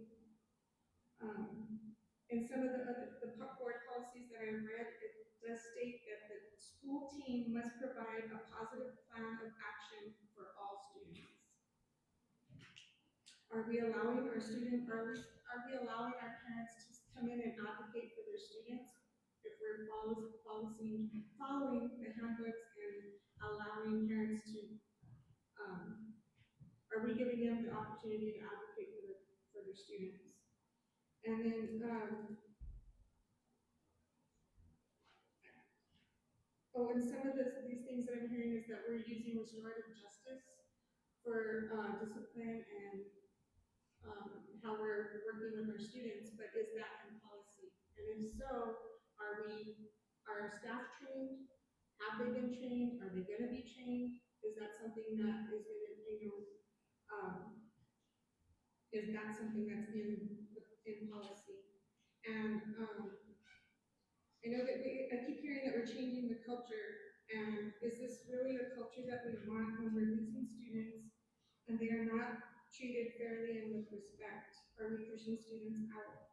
I just would like for us to be able to if we have a handbook and we have a co-curricular handbook, I would like for everyone to be treated fairly and equally, and that we're not doing things to push our kids out. And again, mental health and well-being is a big thing, I believe, and I think our students deserve better than this. So what would you like to address any of her questions? I can repeat the questions if I need to, but again, if I think you kind of have a general gist of the yeah, questions. I think I got the gist. If I miss any of your questions, you can repeat. So first I would like to start and say that there is a difference between policy and procedure. We have policy that you all adopt and approve. And as you stated a little earlier, it is my job to ensure that these policies are implemented.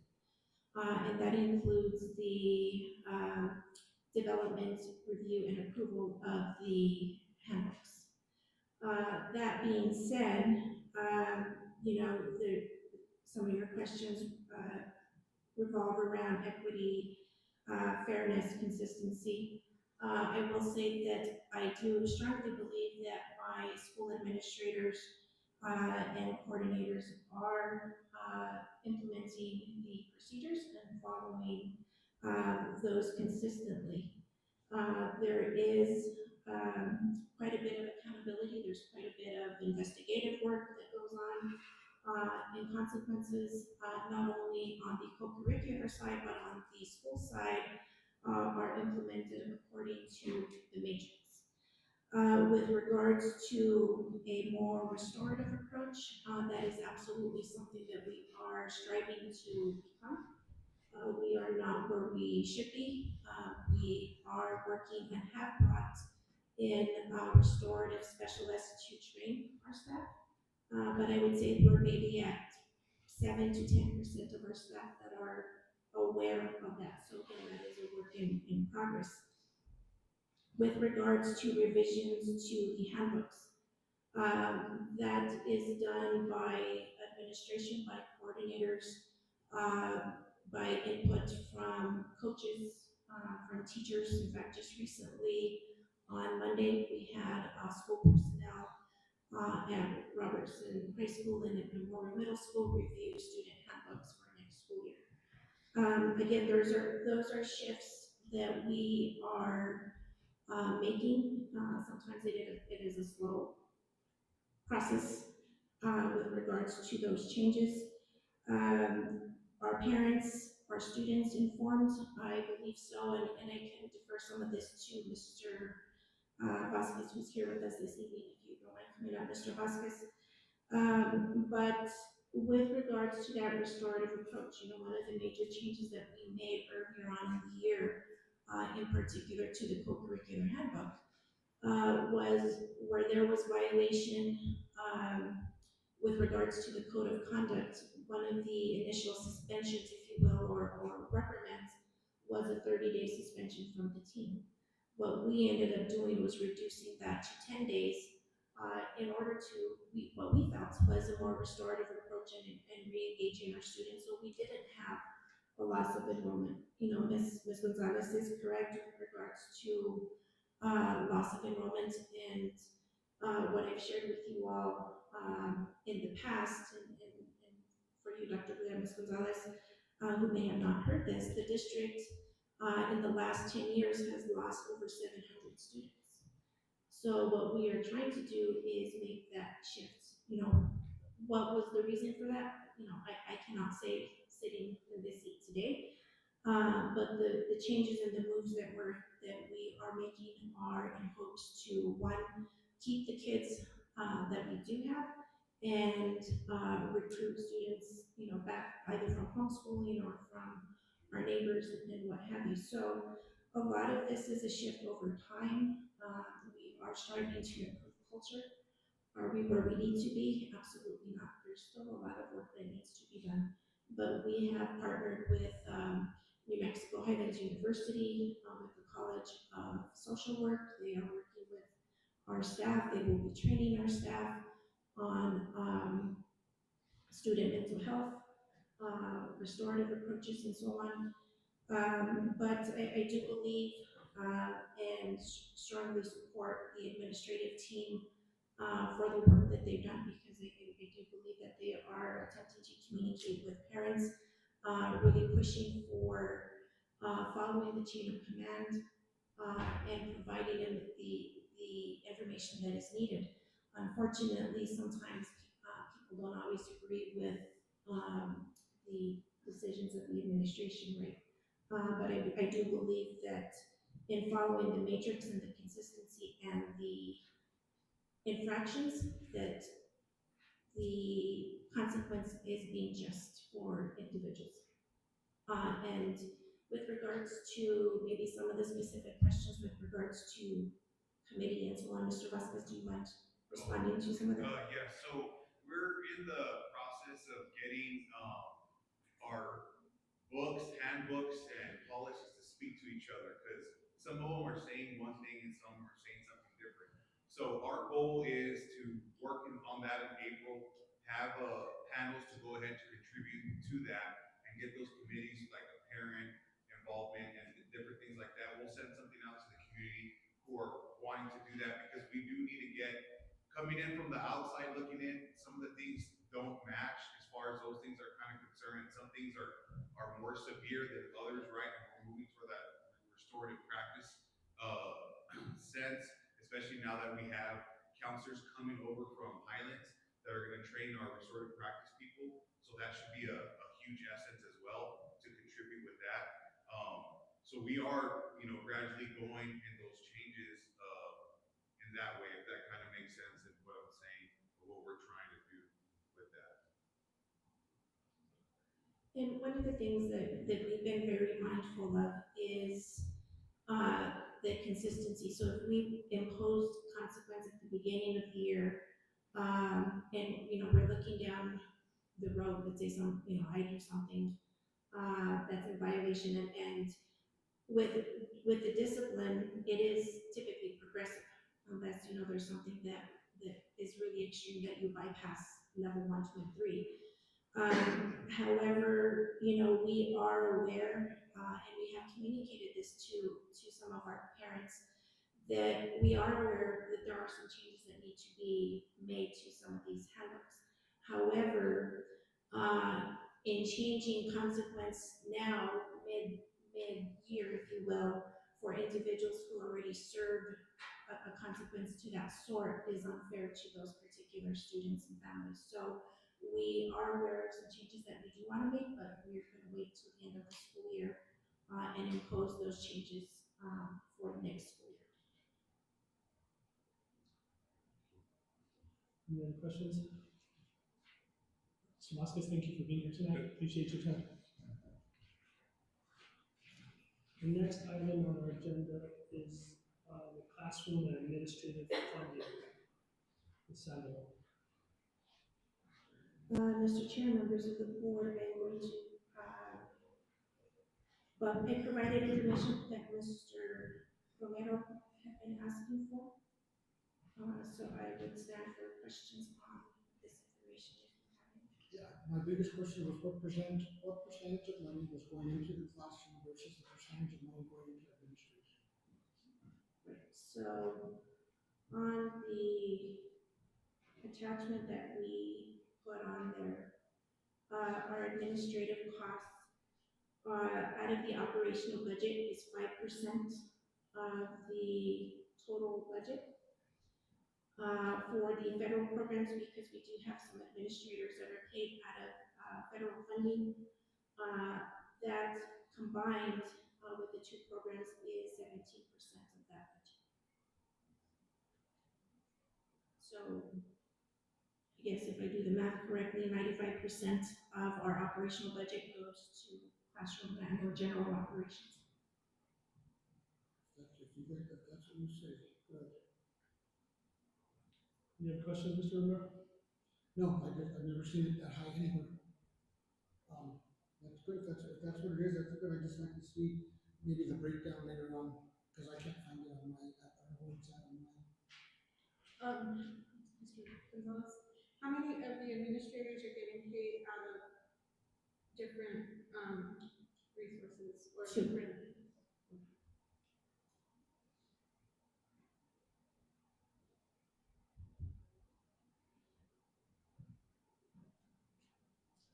Any I'm other sorry, just for correction, was that the question addressed to Ms. Gonzalez, Ms. Sandoval, or for President Gonzalez? I was just getting Mr. Gonzalez's attention, it was for Ms. Sandoval. Any other questions on our classroom administrative funding? Okay. Hearing none, we'll move on to item E. Next item on our agenda is the nominations for the 2026 NMSBA Awards. The Excellence in Student Achievement Award program seeks to promote student achievement in school districts and assist local school boards in recognizing school leaders, staff, and other individuals who have played an important role in improving student achievement at a local level. Each district's local school board will choose a recipient through an open nomination process. The process for the selection will be at the discretion of the local board. The recipient is either an individual or group that played an important role in improving student achievement at the district level. Recipients may include the following: school board members, administrators, teachers, staff members, parents, community members, or volunteers. Depending on the number of nominations we make, we'll determine how many awards will be presented for 2026. We will now accept nominations, and please give a brief reason for your nomination. Starting with you, Mr. Moore. I'd like to nominate Mr. Leroy Gonzalez for his effort as a football coach at Robertson High School and his numerous state championships and development of young men that he created. Thank you. Ms. Gonzalez? I'd like to nominate Ms. Martha Pena. She's been dedicated to the district for many years. My kids have her as a teacher. I'm sure some of you may have had her as a teacher, and I believe she's dedicated many years to the district. Dr. Meserve? If I can, I'd like to nominate Ms. Garcia, as she has clearly stepped up to the plate in reference to serving as administrative superintendent and learned quite a bit and is willing to go out there and help and learn and teach other people how to do certain things. Dr. Vea? I don't have anyone to nominate at this time. I would like to nominate Ms. Shalene Senna. Ms. Senna is our Director of Student Nutrition. Ms. Senna and her team quietly power student success every single day by ensuring access to nutritious, appealing meals that help students stay focused, energized, and ready to learn, especially for those who rely on school meals as a primary source of nutrition. Preparing and distributing nearly 20,000 meals a month is a monumental task, and yet it gets done month after month. Besides going over and beyond on her daily duties, she's also successfully wrote a grant to obtain thousands of dollars of equipment to update Mike Mattel's elementary kitchen. Because of these reasons, I feel Ms. Shalene Senna is a great candidate to receive the NMSBA Student Achievement Award for Las Vegas City Schools. Ms. Senna, thank you for all that you and your team do every day to help our students in our community.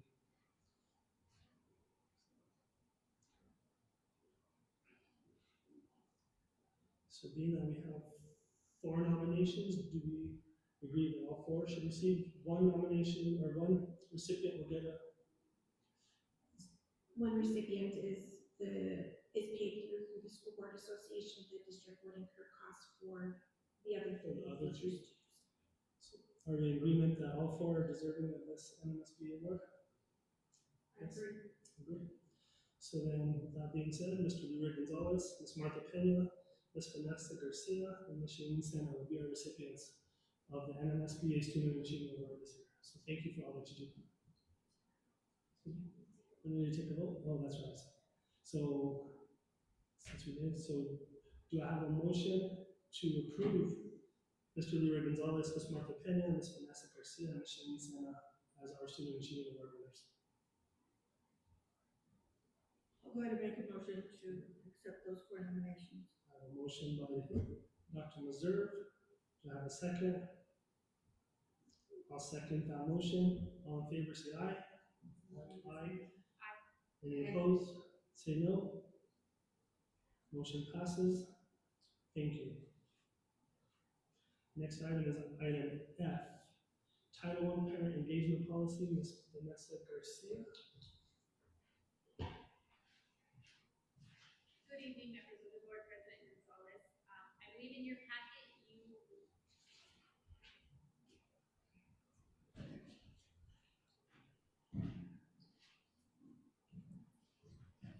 you were provided the draft policy for parent engagement. I will not go through it as it is a bit lengthy. It is, excuse me, let me find it here. It goes over, I'll go through it briefly, parent engagement for the requirements for federal programs through Title I. Our board does have a parent engagement policy, but this is for the federal program specifically. With that, I'll stand for any questions. Any questions? Board members, do you have any questions? Ms. Sandoval, do you have anything to add? No, really the only thing is, as Ms. Garcia mentioned, we do have a parent engagement policy in our policy handbook. However, federal programs does require one specifically for Title I, which we do not have. So, Ms. Garcia has been, hosting parent advisory council meetings over the course of the year and obtaining input from our families and from our staff. So, this will be something that will not necessarily be embedded into the policy manual, but something that needs to be done for compliance in the federal policy. I will go ahead and make a motion to approve the Title I Parent Engagement Policy as presented. Second. A motion by Dr. Blair and a second by Mr. Romero. All in favor, say aye. Aye. Any opposed, say no. Motion passes. Thank you, Ms. Garcia, for all that you do. Awesome. Thank you. And the next item is G, RHS cafeteria equipment. Ms. Shalene Sena.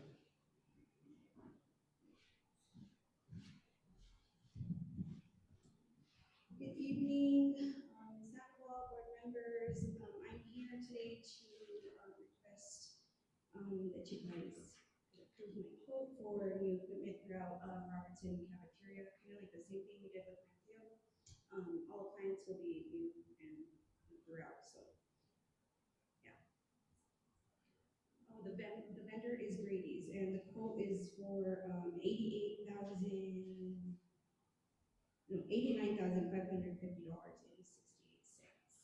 And this is from the grant that I received, the ski grant, school kitchen infrastructure grant that I received. I think it's probably been a year and a half last year. Was this the same company that did the project? Yes, same company, same vendor. So Ms. Sena, all the equipment will be paid for through the grant? Yes. And we will still have remaining funds from that to make changes throughout if we necessary changes. I have a question, Ms. Sena. Do you have a equipment replacement plan? I know that sometimes equipment use, something go down and it's very costly to repair, but like, is there a plan in place for maintenance and upkeep of those? And do you have a replacement plan as well? We have like a contractor that usually will go and, survey or fix our appliances. Pretty much our appliances are pretty good standing. Once in a while, something occurs, but we just go for a contractor to get those, fixed. Thank you. So any other questions? Mr. President, I make a motion that we approve the grading contract. Yeah, a motion by Mr. Romero, do I have a second? Second. A second by Dr. Mazur. All in favor, say aye. Aye. Aye. Aye. Any opposed, say no. Motion passes. Thank you. Okay, thank you, Ms. Hannah, for all your hard work. Next item is, NMDOT Local Government Road Fund Program, Ms. Sandoval. Mr. Chair, members of the board, in your packet, is a letter, that I drafted on behalf of the board, to the NMDOT. I do have Mr. Chris Archibald with us this evening to give some specifics. If you notice on the letter that is provided with, the attachment, there was no dollar amount, but, the reason I brought it before the board this evening is because the deadline to submit the information is prior to our next board meeting. Today, we did receive, a quote for, the project that we are hoping to, complete. And the purpose of this letter is just assuring, New Mexico Department of Transportation, that we, have some skin in the game, right? We are putting in our share of dollars. The work that, will be done will be at Robertson High School, specifically, the margin area, which was actually quoted, I believe, a couple of years ago, that, for work that was, work was not completed or even started. So we want to bring that back to the table. So I'm going to ask Mr. Archuleta to come up so he can tell you specifically what it is that we are asking for.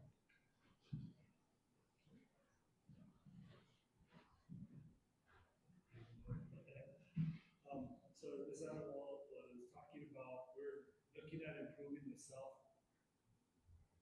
parking lot of the margin, improving drainage, handicap parking, handicap ramps, and easier access, because there's a drainage problem that occurs there where the water is not going down and it stays sitting and damaging the parking lot more. So we want to do a whole drainage project, a repaving, and there's some sidewalks there that are pretty bad, trip hazards. It could cause injury to people, and anybody, staff, students, or whatever. So we just want to do this project to improve that and make it better. The north parking lot has already been done before, but this south parking lot hasn't been touched, so there's a lot of messy pavement and just road hazard, people hazard, every kind of hazard. So we just want to hopefully get this moving along and improve our facility, our staff, students, and the public itself. So, some additional, information, the funding that we would look at, utilizing for this project is our GEO bonds. So what I have done is, Ms. Gonzalez and myself, we've worked with, Stifel. We have set aside, some of the GEO bond funding that we had, for this current, election, the bond that just passed for the 12 million, to be utilized for part of this work. That in addition, of course, to the, solar project and the lighting project. But we do have enough money to cover our percentage of this, which I believe it's, 47.53, so our portion would be 47%. And do we know the total cost of the project? The total cost that we got today is $358,803.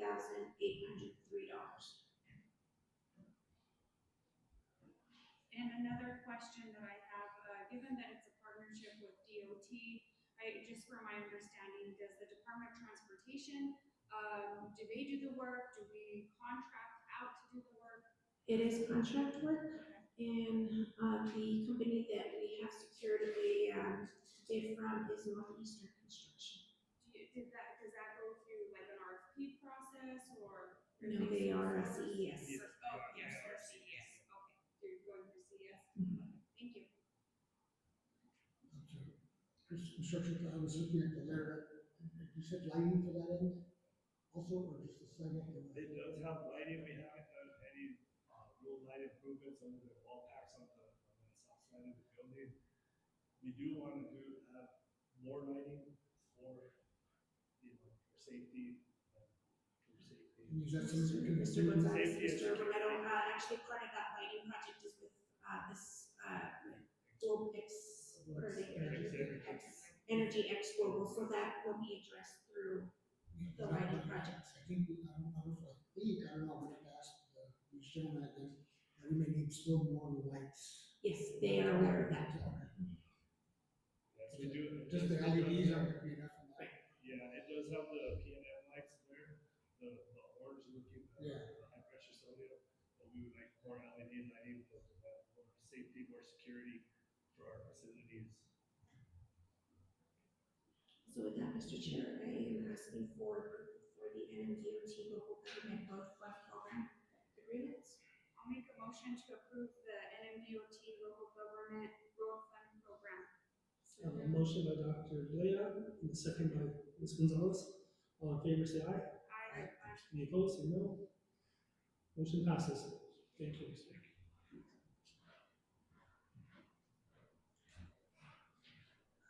Next item on our agenda is our student report. Finally, thank you, Ms. Garcia.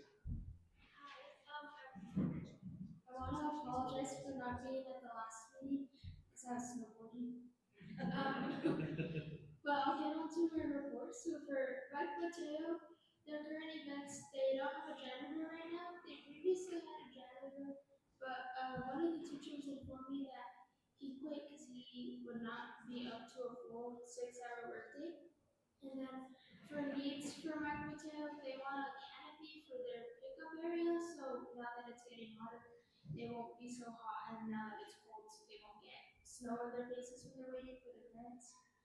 And then again, I was informed by a teacher that they had a playground inspection done over 5 years ago, and multiple pieces of equipment was deemed not safe, but change was not made. And eventually, kids just started playing on the playground again because the rope was taken off. A few wants is they want more trees, and I was thinking of doing an Earth Day activity. I just don't know who I would go to get like approval to go plant trees at their school with them. And then they want vending machines. Los Niños, I was unable to meet with them. I didn't know that we didn't have school Monday, and that's why I planned my visit.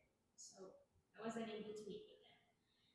At Sierra Vista, I don't have any current events reported.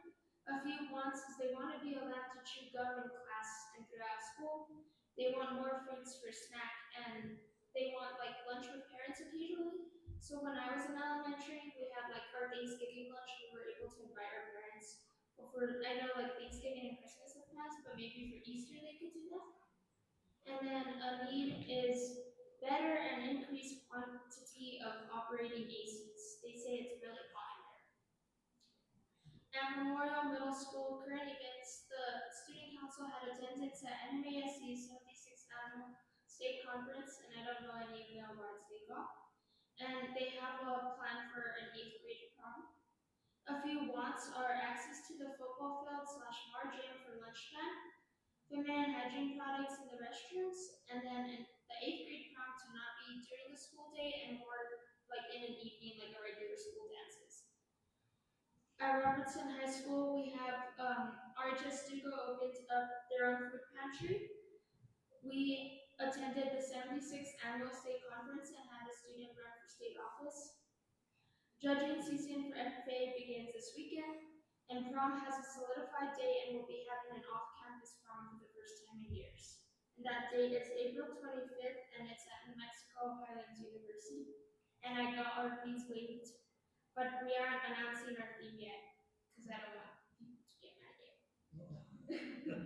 And then wants for Robertson High School is maybe like more rules or behavior for the parking lot. I usually get there pretty early, so I tend to avoid people driving crazy there. But people like to think it's a racing track. Or I go in the mornings and there's a lot of trash like in our areas, and I don't think it was from the school. I think I was just driving on a flat. But my tire popped while I was at school, and there was nails all over by my parking spot. So just maybe like rules so people's cars don't get damaged. And then overall for the full district, for food and water. A lot of students want water as an option for lunch and not just milk jugs. And then a lot of students say that the water tastes like metal, so I don't know how like water testing works in the sense of like our water dispensers. And then a salad bar as an option for lunch. I went to a program this last summer at UNM, and their dining hall had like a salad bar with like a regular salad bar options for salads, of course. And they also had like stuff for sandwiches, so you can make your own sandwich. And I think that would be pretty cool.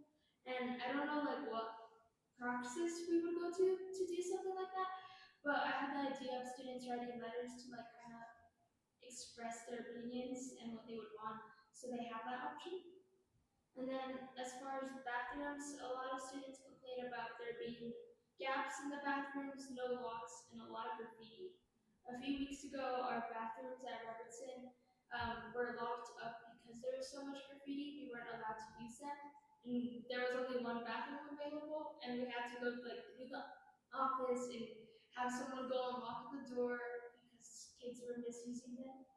And then finally, a librarian, and my idea was maybe like part-time, and they could go to each school like 1 day a week. So we have the opportunity to go check out books, and it would also promote reading, it could improve reading scores, and it would allow book fairs, and a lot of students have asked me about that. And that's it. So, Ms. Christie, I have a question as far as when you go to Los Niños and Cerro Vista, what students do you get to talk to, or how do you do your research whenever you go to our elementary schools? So I email like the front office staff, and at my Mateo, I email all the teachers because there's only. And I just sometimes it depends. Sometimes I'll go in and they'll call out students for me, or they call out students of the months. Or if I have a little more time that day, I go to classrooms individually, and I ask like the teacher beforehand to make sure I'm not like interrupting their lessons or anything like that. And then I also for the younger kids, I asked the teacher if we could like give them my email or something. I'm not sure if they know how to write emails. But at the middle school, they have access to emailing me. You just have to search my name. Again, thank you so much for always being so thorough and bringing all of these to us as a board and a superintendent. I want to show you too, because it's important for us to hear from you as a student leader. So thank you. And then just as a reminder, during the board meetings, you do absolutely have the right to ask questions of any of our presenters and our superintendent. So just thank you for being a great student representative. Any other questions for Ms. Garcia? Ms. Garcia, I look forward to working with you more on the board. Thank you for your report. Thank you. If there's no more questions, I'm going to excuse myself so I don't miss curfew.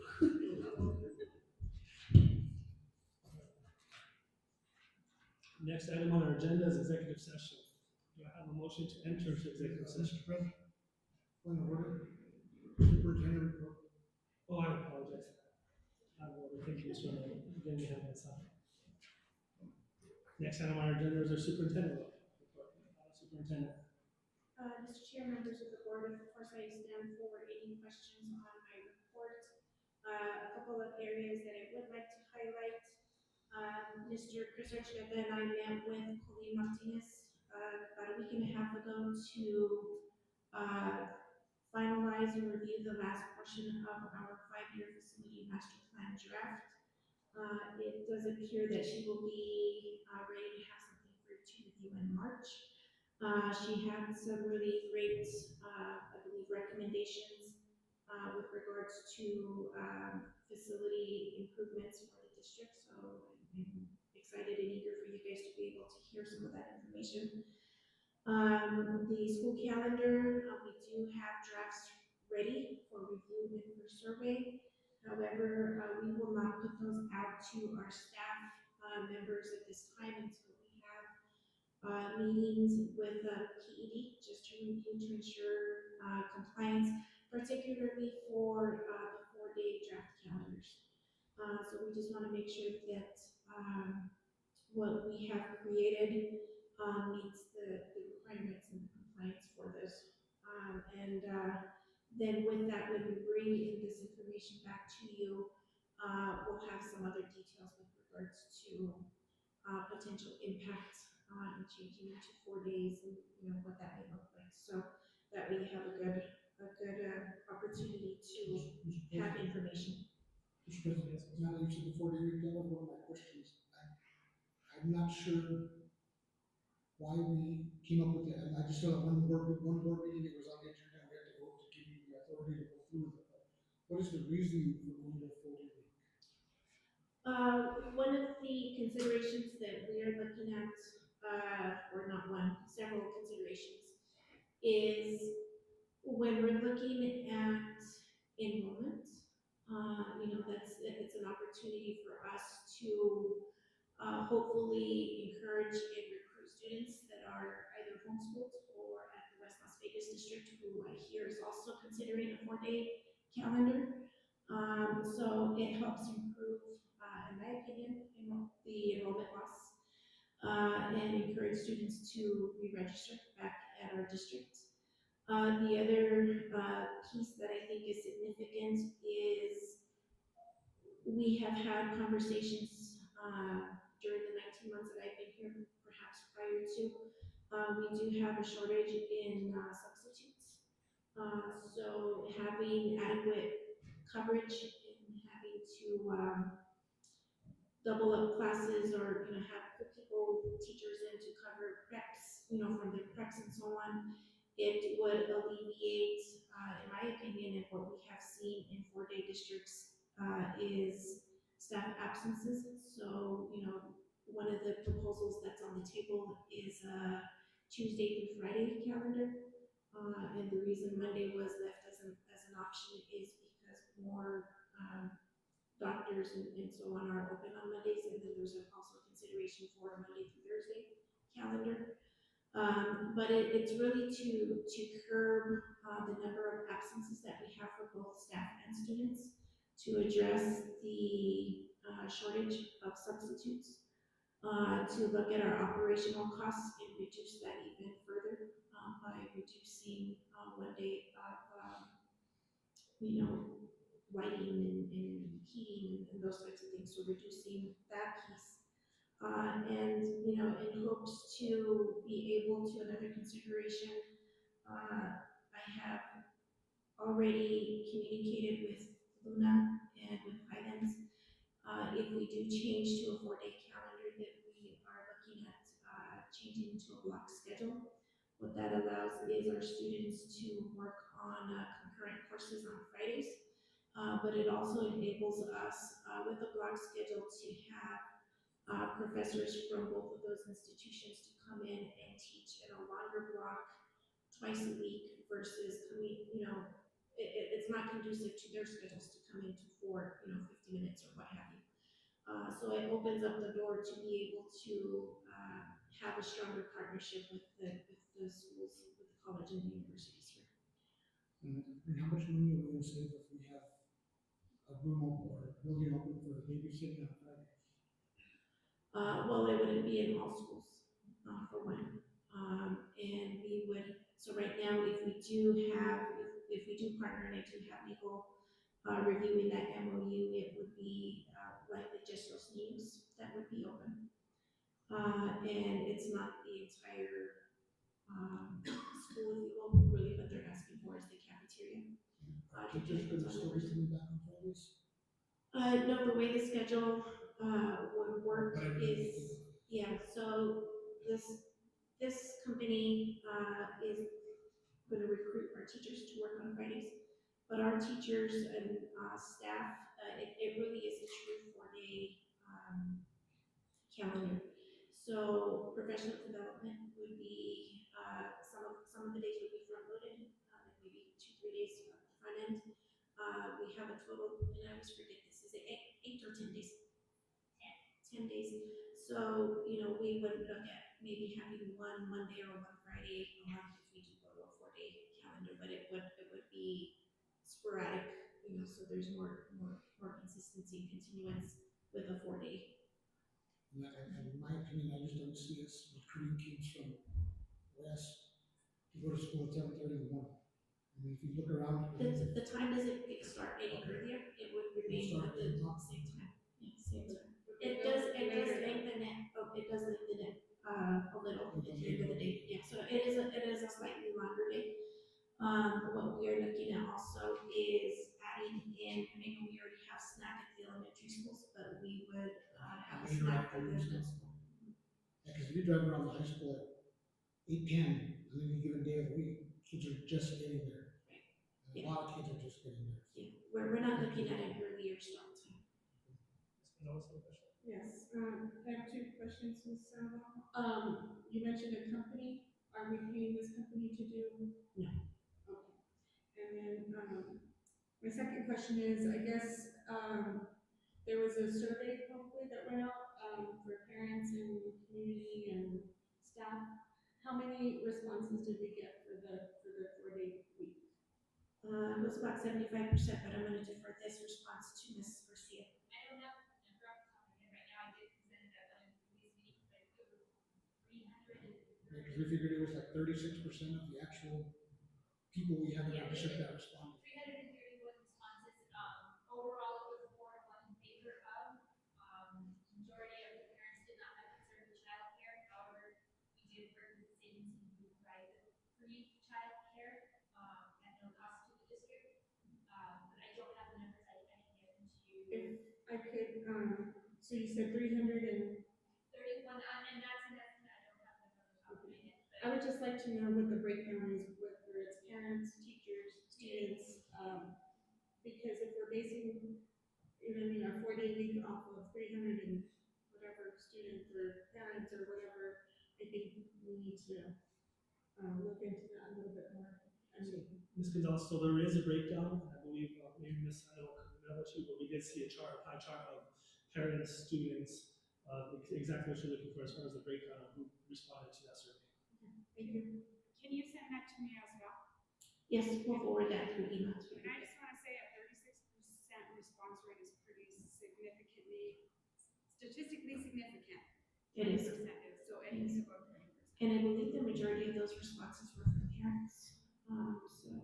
We got a good representation. The next couple of items that I just want to address real quickly is item number 7, 8, and 9. We are working with the Department of Homeland Security and Emergency Management to procure generators for the district. Right now, we have submitted all of the information that we need. It would be for all of our campuses. So in the event, of course, of a power outage, we have our IT that remains up and running, our cafeteria, all of those high need areas. This is, of course, free to the district, if you will. This would be in upwards of $2 million. So we anticipate to have this likely within the next 9 months to a year. But everything that we needed to do is in place. Number 8, the MOU, as I mentioned last month, has been signed. I do need to go before the Public School Capital Outlay Commission on March 13th to request additional funds for phase 1 of the project, which is design. We do have our funds. We do have enough money on our side, but PSFA is a little short on there, so it's really just a request for additional funding to be put on there. But the project remains in motion and intact. On March 9th, Ms. Gonzalez, Mr. Archuleta, and myself will be meeting with PSFA to begin the demolition planning for Memorial Middle School. I will also need to present to the commission in May information on the demolition and the projection and the process that we have for that. So we probably anticipate maybe a fall start for demolition is my anticipated guess, but everything's kind of been delayed by at least 6-7 months or so. So those are the highlights for that particular school. Ms. Sandoval, before you move on, is it possible, I know there's been delays, but can you work on perhaps developing a project plan and a timeline? Just so we can say like, okay, phase 1 we're expecting to happen for this time, and I'm really big on completed on time and within budget. I just want to, help ensure that we have some organization around that. I understand that there are oftentimes things that are outside of our control that delay that, but for those things we do have control over, that's. I will tell you that once I get something, I turn it in the same day because I'm hoping to push it out as quickly as possible. Unfortunately for PSFA, they had a pretty significant turnover in all of their leadership, which still has delayed not only our project, but countless others across the state. In many of our superintendent's meetings, there's a lot of concern and unfortunate complaints over the delay of projects throughout the state. So I will get you that as soon as I can get something, but this is what I have to date. The other big picture item that I have is Ms. Garcia and I, and again, this was a conversation that we had a few months ago. Again, also in hopes to generate more enrollment for our district and maintain enrollment to increase. We are going to be applying for a mixed age preschool and pre-K program. I have made contact already with Cabinet Secretary Goginski and her team. Their recommendation was for us to look at a mixed age group, which would be 3 and 4 year olds. So what we will be applying for will be for 2 classes, which can house 16 students each. So we're looking at hopefully about 32 students, hopefully that we can get enrolled in our district. We have a tentative name right now. It's Little Cardinal Academy. If we can get that approved, but I mean, again, the hope is to get that as a first step. If we're fortunate enough to get approved for this project, this will bring revenue of about $500,000 for staffing, for equipment, for classroom renovations, and so on. So keep your fingers crossed, and if you know of anybody who has a pool in those areas, that would be helpful. But with that, Superintendent, are we going to be competing against the pre-K that's already in existence for San Miguel County, or? yes, it would be in partnership or in competition. I will tell you that, again, I continually look over the river, if you will, or over the fence.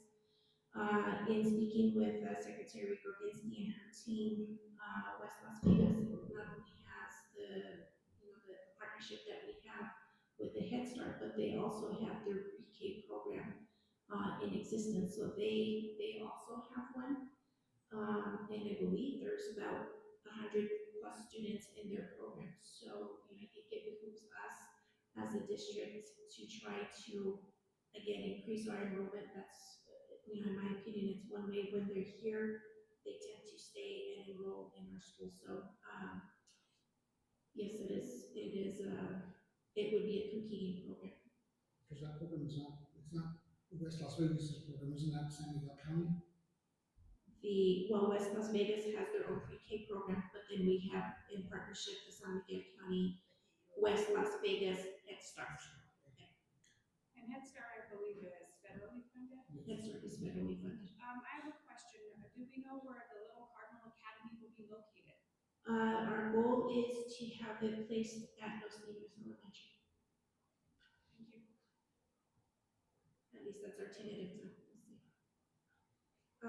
Other than that, Mr. Chair, I don't have anything else to highlight. Any more questions for Superintendent? Yes, Ms. Sandoval, with the 25-26, the totals for gate and concession. I would like to request, like a report showing all deposits that go into gate and also all deposits that go into concession. And then anything that's paid out, from those, because I know the gate there's a lot of things that get dumped into gate. It's not specifically just gate or what people pay at, the events. So I'd like to see all of the, reports showing all of that. And then possibly a report from last year showing all of the deposits and everything that goes into, to gate and also into concession. The finance packet has the revenue broken out by gate and concession. If you want something different than that, I would like it to be specific as to what exactly is being deposited into gate. So if we're depositing, if a kid has to raise $500, are we depositing that into the gate? Or are we depositing that into concession, or where is that going? Those go into the activity funds. Okay, so then activity also. So I would like to see a breakdown of everything that is being, again, gate, concession, if we have activity funds, I would just like reports to show that, and then, reports from last year to show all of that. Mr. Chair, is that the desire of the entire board to get? Ms. Gonzalez, do you have anything? Would you like to add anything as far as? No, just that what is in gate is gate. So that's when someone comes to a gate and pays to go to a gate, will go to GoFam now. That's solely gate. And the concession stand is, the concession stand are items, food sold in the concession stand. It's a concession stand. The only thing extra that is part of the concession stand now is some apparel that they started probably the last couple days. But that was approved as a fundraiser for the concession. But the concession stand is the concession stand, the gate is gate. But, you know, it does. So fine, if but I would you still look like at to our see the report, deposits. if you look at the report, there is a breakdown of deposits as far as our gates, our concession, our activity accounts. Every single activity account has a breakdown per deposit, per fundraiser. So, so I'm not sure exactly. Like I said, if you look at the report, it does have a breakdown per activity on what's happened in that activity account. And within the finance report, there's also the revenue for each of the activity funds, if you're looking for something specific. My concern, you know, if it's the desire of the board for us to provide this, we will. However, I believe the information is already provided to you in the finance packet, and it would cause unnecessary. I will review this again, but if it does not have the information I need, I will request it again. I just want that noted. I was just going to add, that, I think it's very helpful the way it's broken down, the GoFam, because you can see it by sport or by activity. But for me, it would be helpful to see like, what's our next meeting? It'd be in March, by like at that date from last year, if there's possible, or even just the end of the year, sales, for gate and all of that, if it was broken down in the same way. I think just a historical look back or comparison would be helpful, to see gate and concession, sales from this year compared to last year. Okay, and I don't think that's an issue. Yeah, the numbers that I do have right next to those ones, I believe it's 81%. On my glasses. That is the revenue, in comparison to what was made last year, each of those, so it's about 81% for both. To this time last year, but we can get you that information. So to clarify, 81% more, or how does that? No, 81% of the revenue to date from last year, to today, you know, so the total revenue, and I should have left that on there. I don't know what it is, but we can go back to one of the other reports. 81% of last year's total revenue Right. has already been collected. Right, but I don't know what that number is off the top of my head. Give me a second. But we can, you know, like I said, we can provide that breakdown. I just feel that it's already within the finance.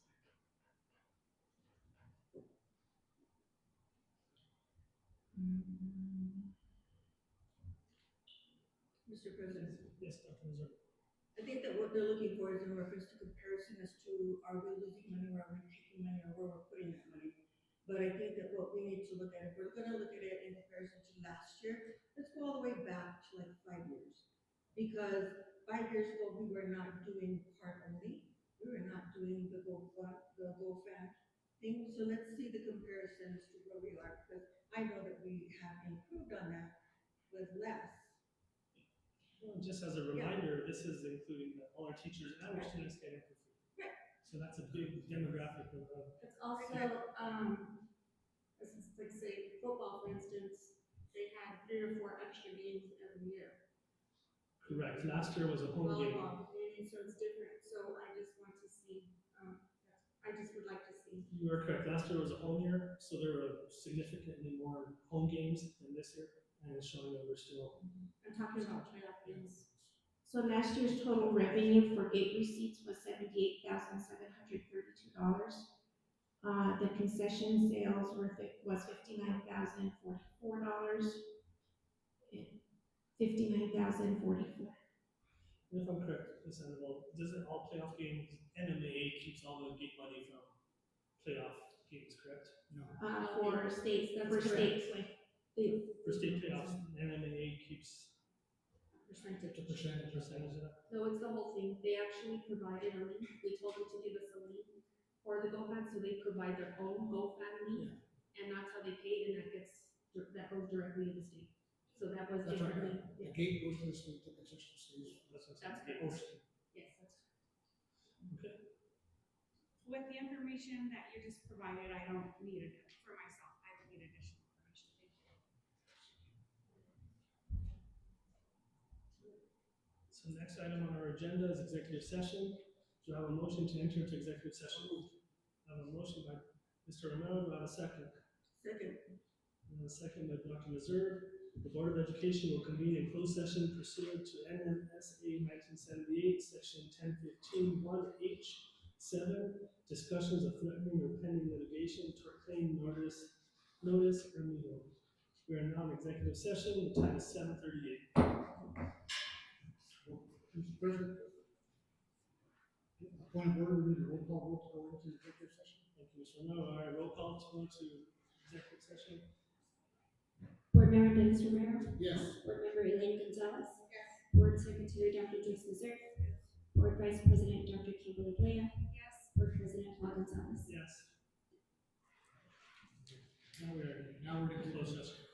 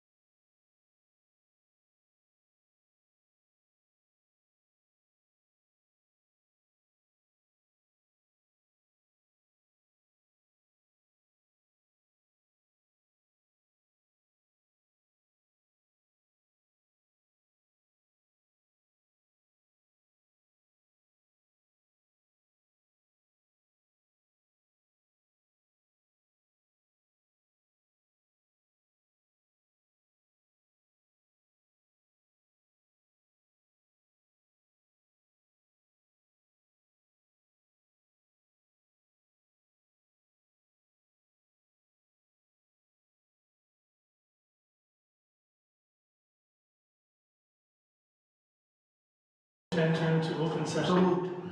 A motion by Mr. Romero, is there a second? Second. Roll call, please.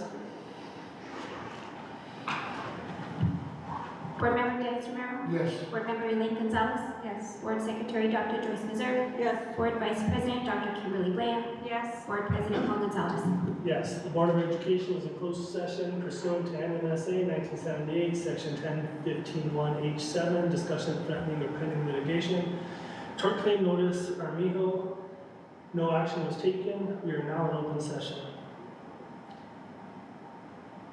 Next item on our agenda is future planning. Regular board meeting, March 19th. Ms. Sandoval, we need to make a change to that. Yes. Mr. Chair, members of the board. Discussion, action, possible discussion and vote regarding Oh yeah, no action was taken. Yeah. Thank you. With regards to the regular board meeting, this week we do have the school spring budget conference.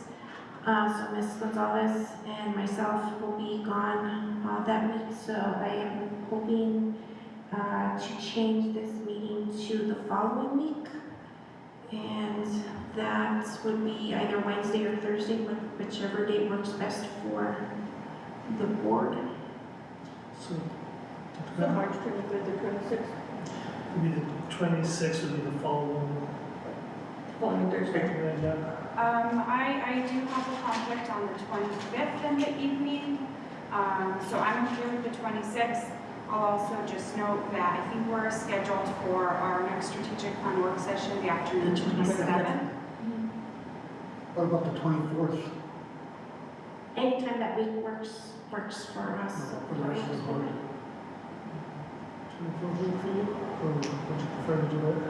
I would prefer the 26th just because I need to, my husband will be out of town, so I have. Does the 26th work for everybody else? Mr. Romero? Ms. Gonzalez? You know, if you want to do that many meetings or what? Yeah, hopefully, yeah. Just two, so I think the 26th works. We will go ahead and move the next regular board meeting to March 26th. Okay. The next future planning is our strategic meeting is the 27th, and that's scheduled from 1 to 4 again? Yes, sir.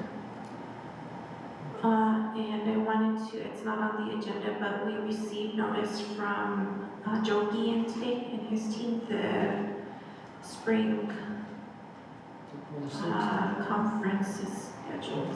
April 6th? April 6th? At West, Yes, of course. Monday, or April, I have no idea, I remember seeing it, but Yeah. you sent it. April 6th, yeah, April 6th. So if you wanted to just remember to let Miss Denise know, that way she can register everybody And that is being held at West Las Vegas. Yes. They have held it the last two meetings. I know usually you kind of put every school board on the spot at those meetings to see who will host the following. So I'd like to see if, Ms. Sandoval, do you think it would be possible for us to host the next regional meeting after that? yeah, I don't see why not. I think if it's in, if everybody's okay with that, I think we'd like to make that request just so that we could. We just have to make sure that it's not already kicking. Because sometimes they'll do spring and fall right away, and I don't know if we did, Okay. if Well, we did just in fall case- and this spring, or if we did this spring and fall. So he'll tell us. In case, yeah, I mean, if they do bring it up, if we are willing as a district to host it, I think it would be Yeah. good for our district. Yeah, I'll go.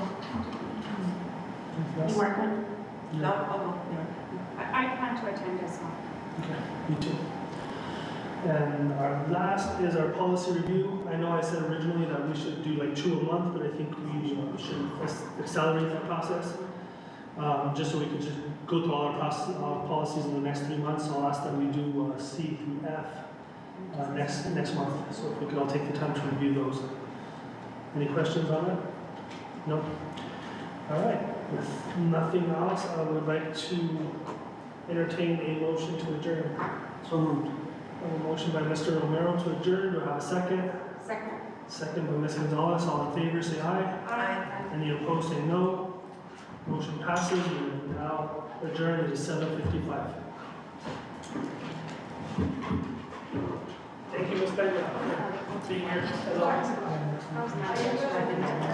So you log in and put your first and last name, not,